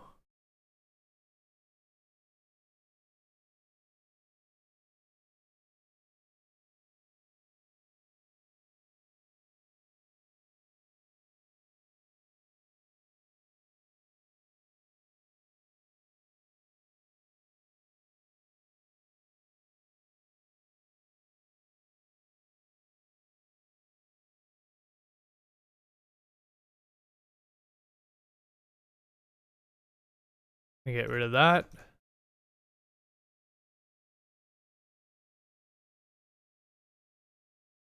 Just the pod config we don't need anymore.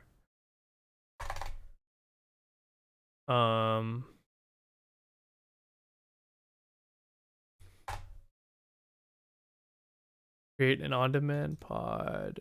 Just gonna that logic here.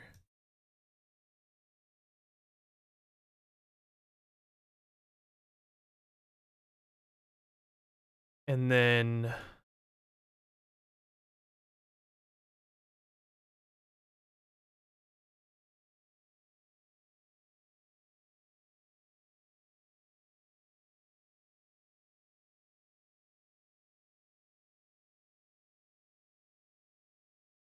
I'm gonna quickly implement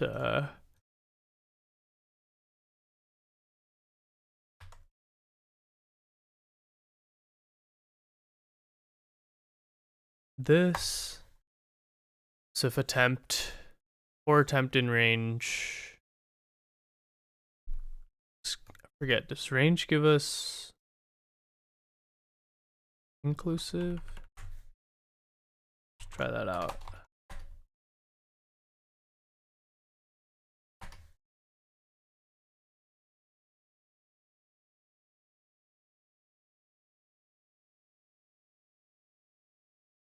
It's gonna be 0. Let's see. Yeah.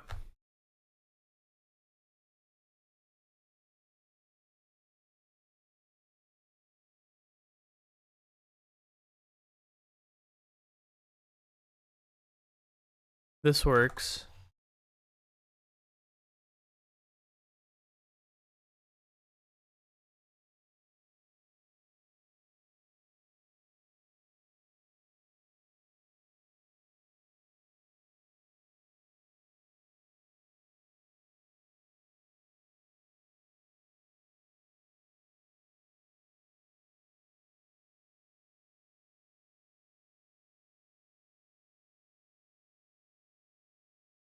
Okay, what's next?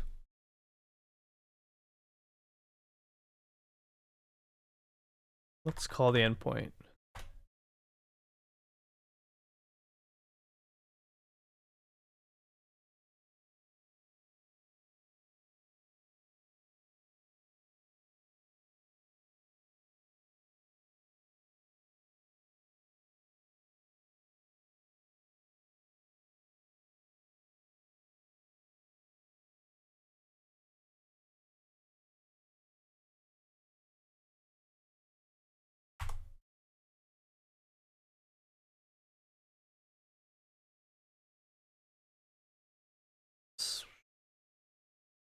Easy fix there.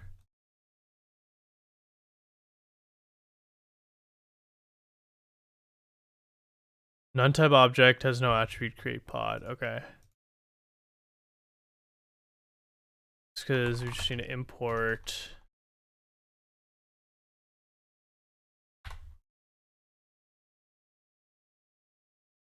run pod.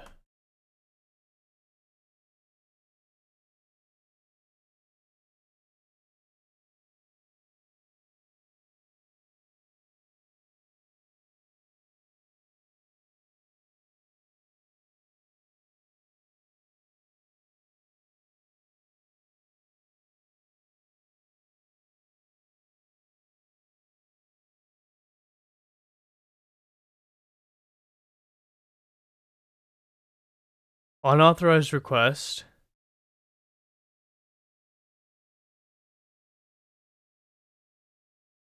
Oh.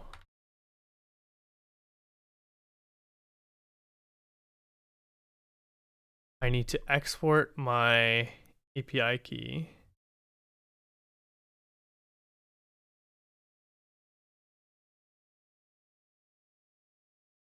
Before instantiating the server.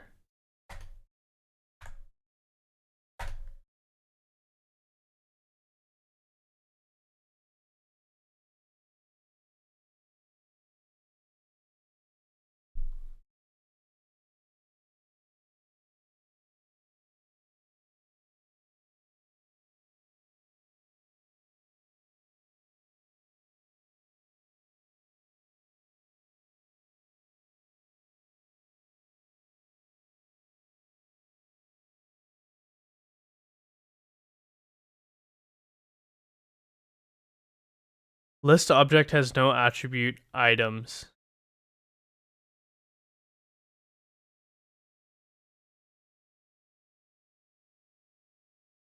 Some issue with how we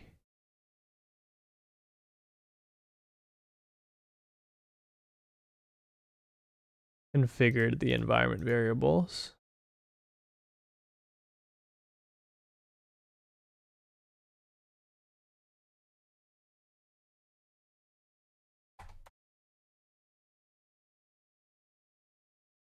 If it's doing m.items, it's expecting a dictionary here.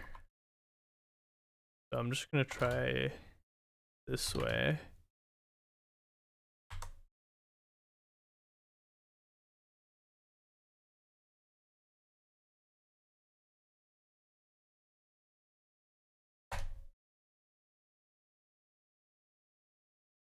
Nice. Okay, this is exactly what I want to see. Your balance is too low to rent a pod. Please add funds to your account. Perfect.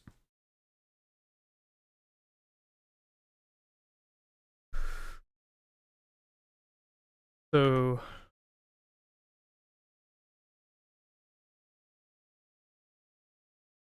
should we fund the account? Let's do it.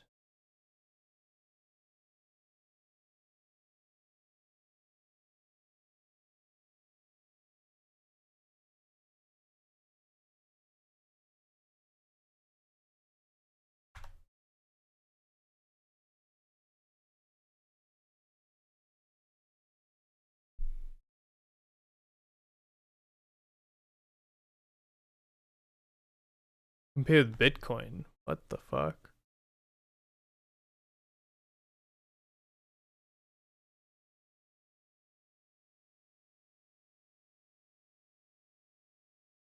Purchasing $10 of credits.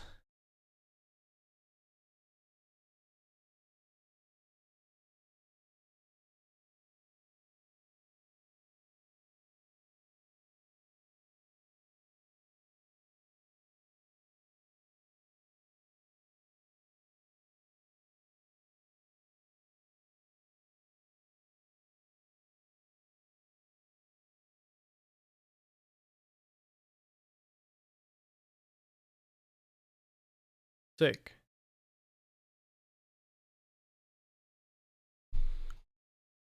And now I have $10 in my account. More than enough.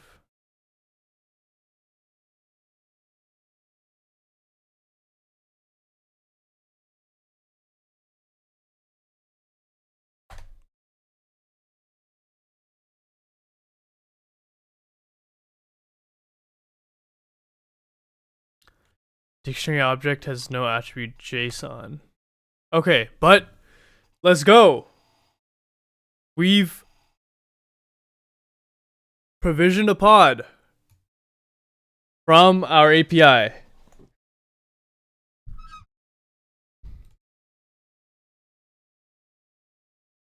Been running for 8 seconds.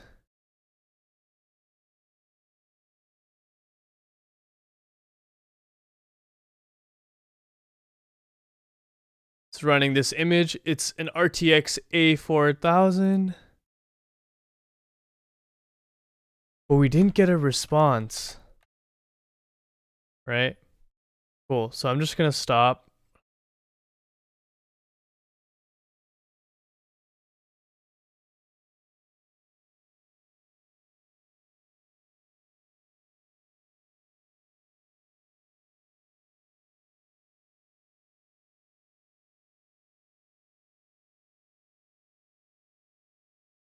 Ten GB disk, 100 GB pod volume. And it costs 34 cents per hour. I'm going to terminate this.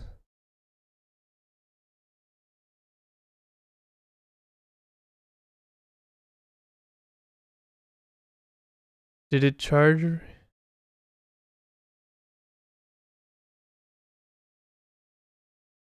I don't know if it charged me.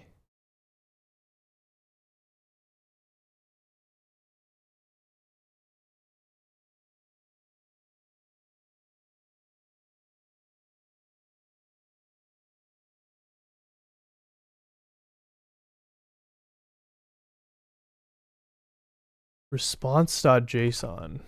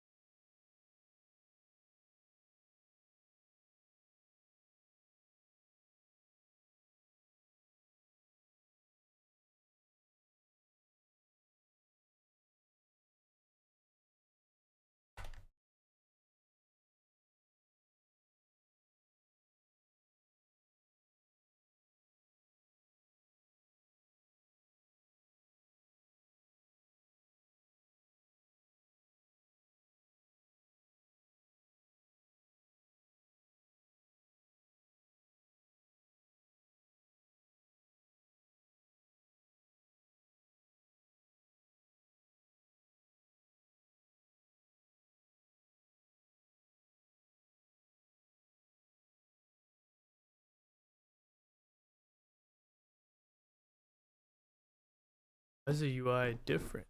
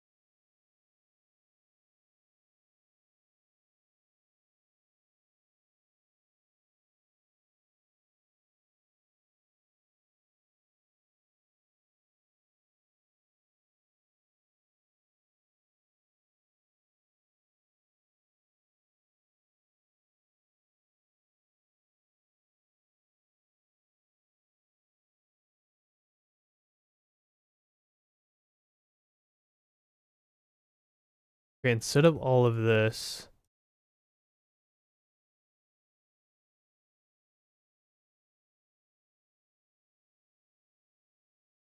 handle the error. We're just gonna check for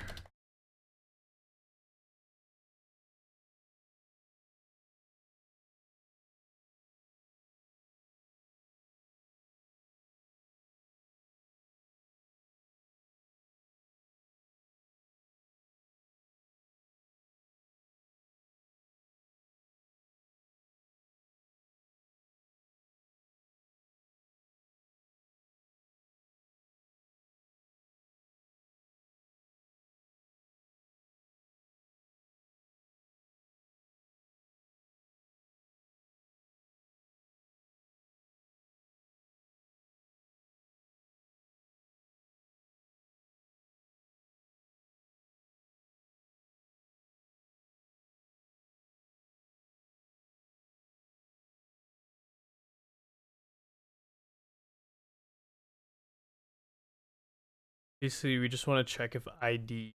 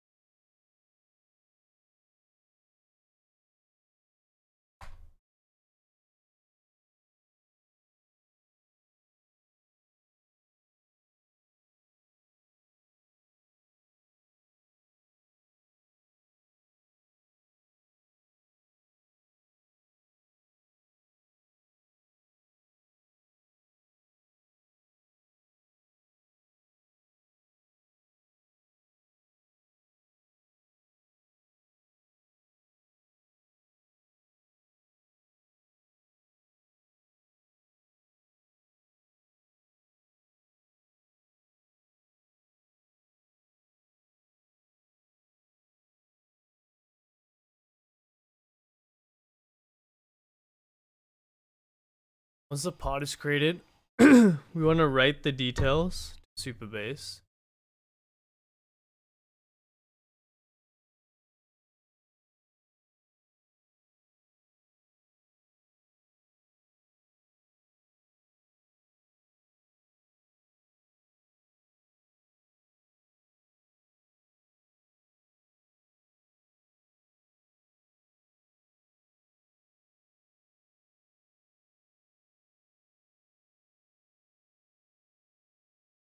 I think that's all.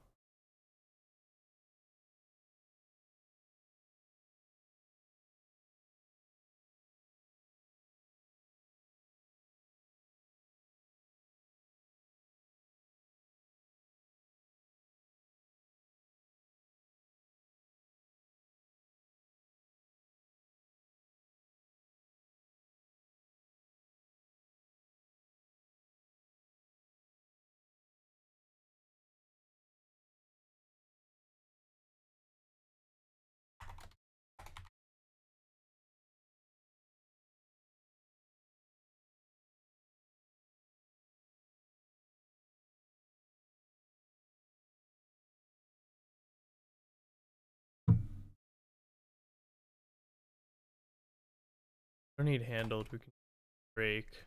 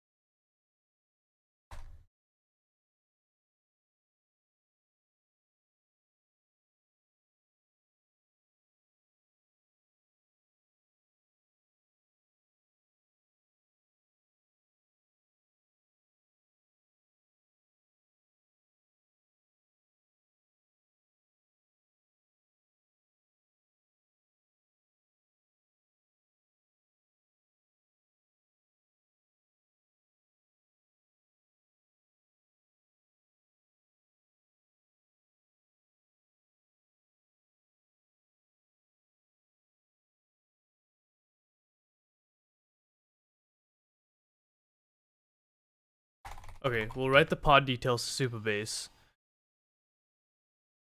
So now we're keeping track of our pods, and then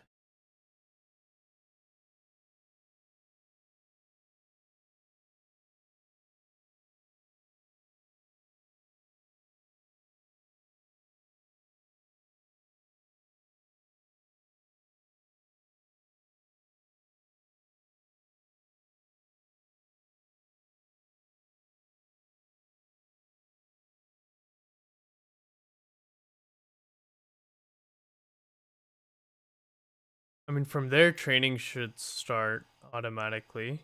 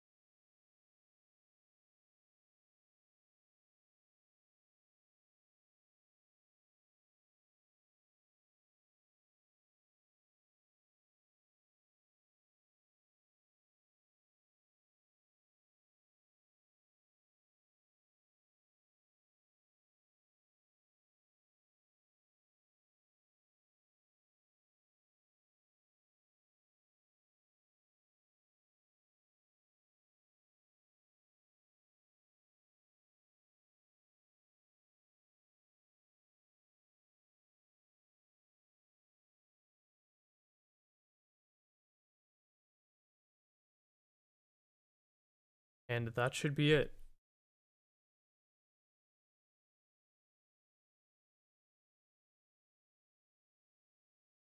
So we'll have an on-demand pod.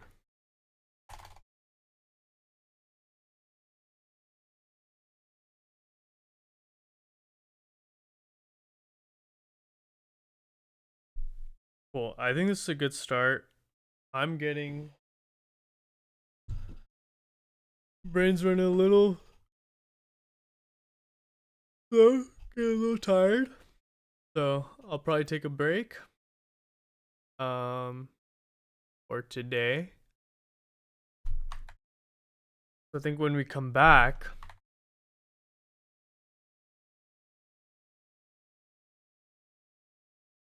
the next steps are going to be to actually perform the fine tuning. It's going to be exciting. So we're going to have to create our own Docker image and then figure out how to containerize that and get it on to run pod.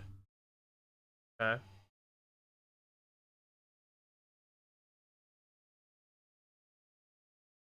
So yeah. Today we got our pods up and running programmatically. It's great. Write the actual training code tomorrow. We'll probably we'll also have to figure out this persistent storage deal.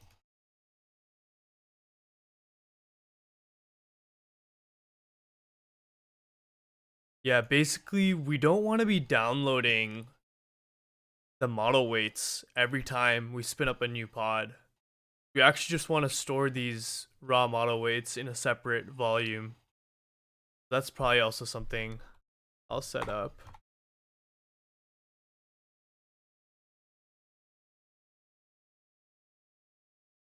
Set up network volume with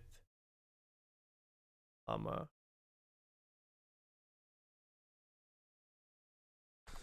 Cool. Yeah, but that was exciting. Got FastAPI up and running today. Got an instance running on RunPod. So it definitely sets us up for next steps. Cool. I will see y'all at the next one. Thanks.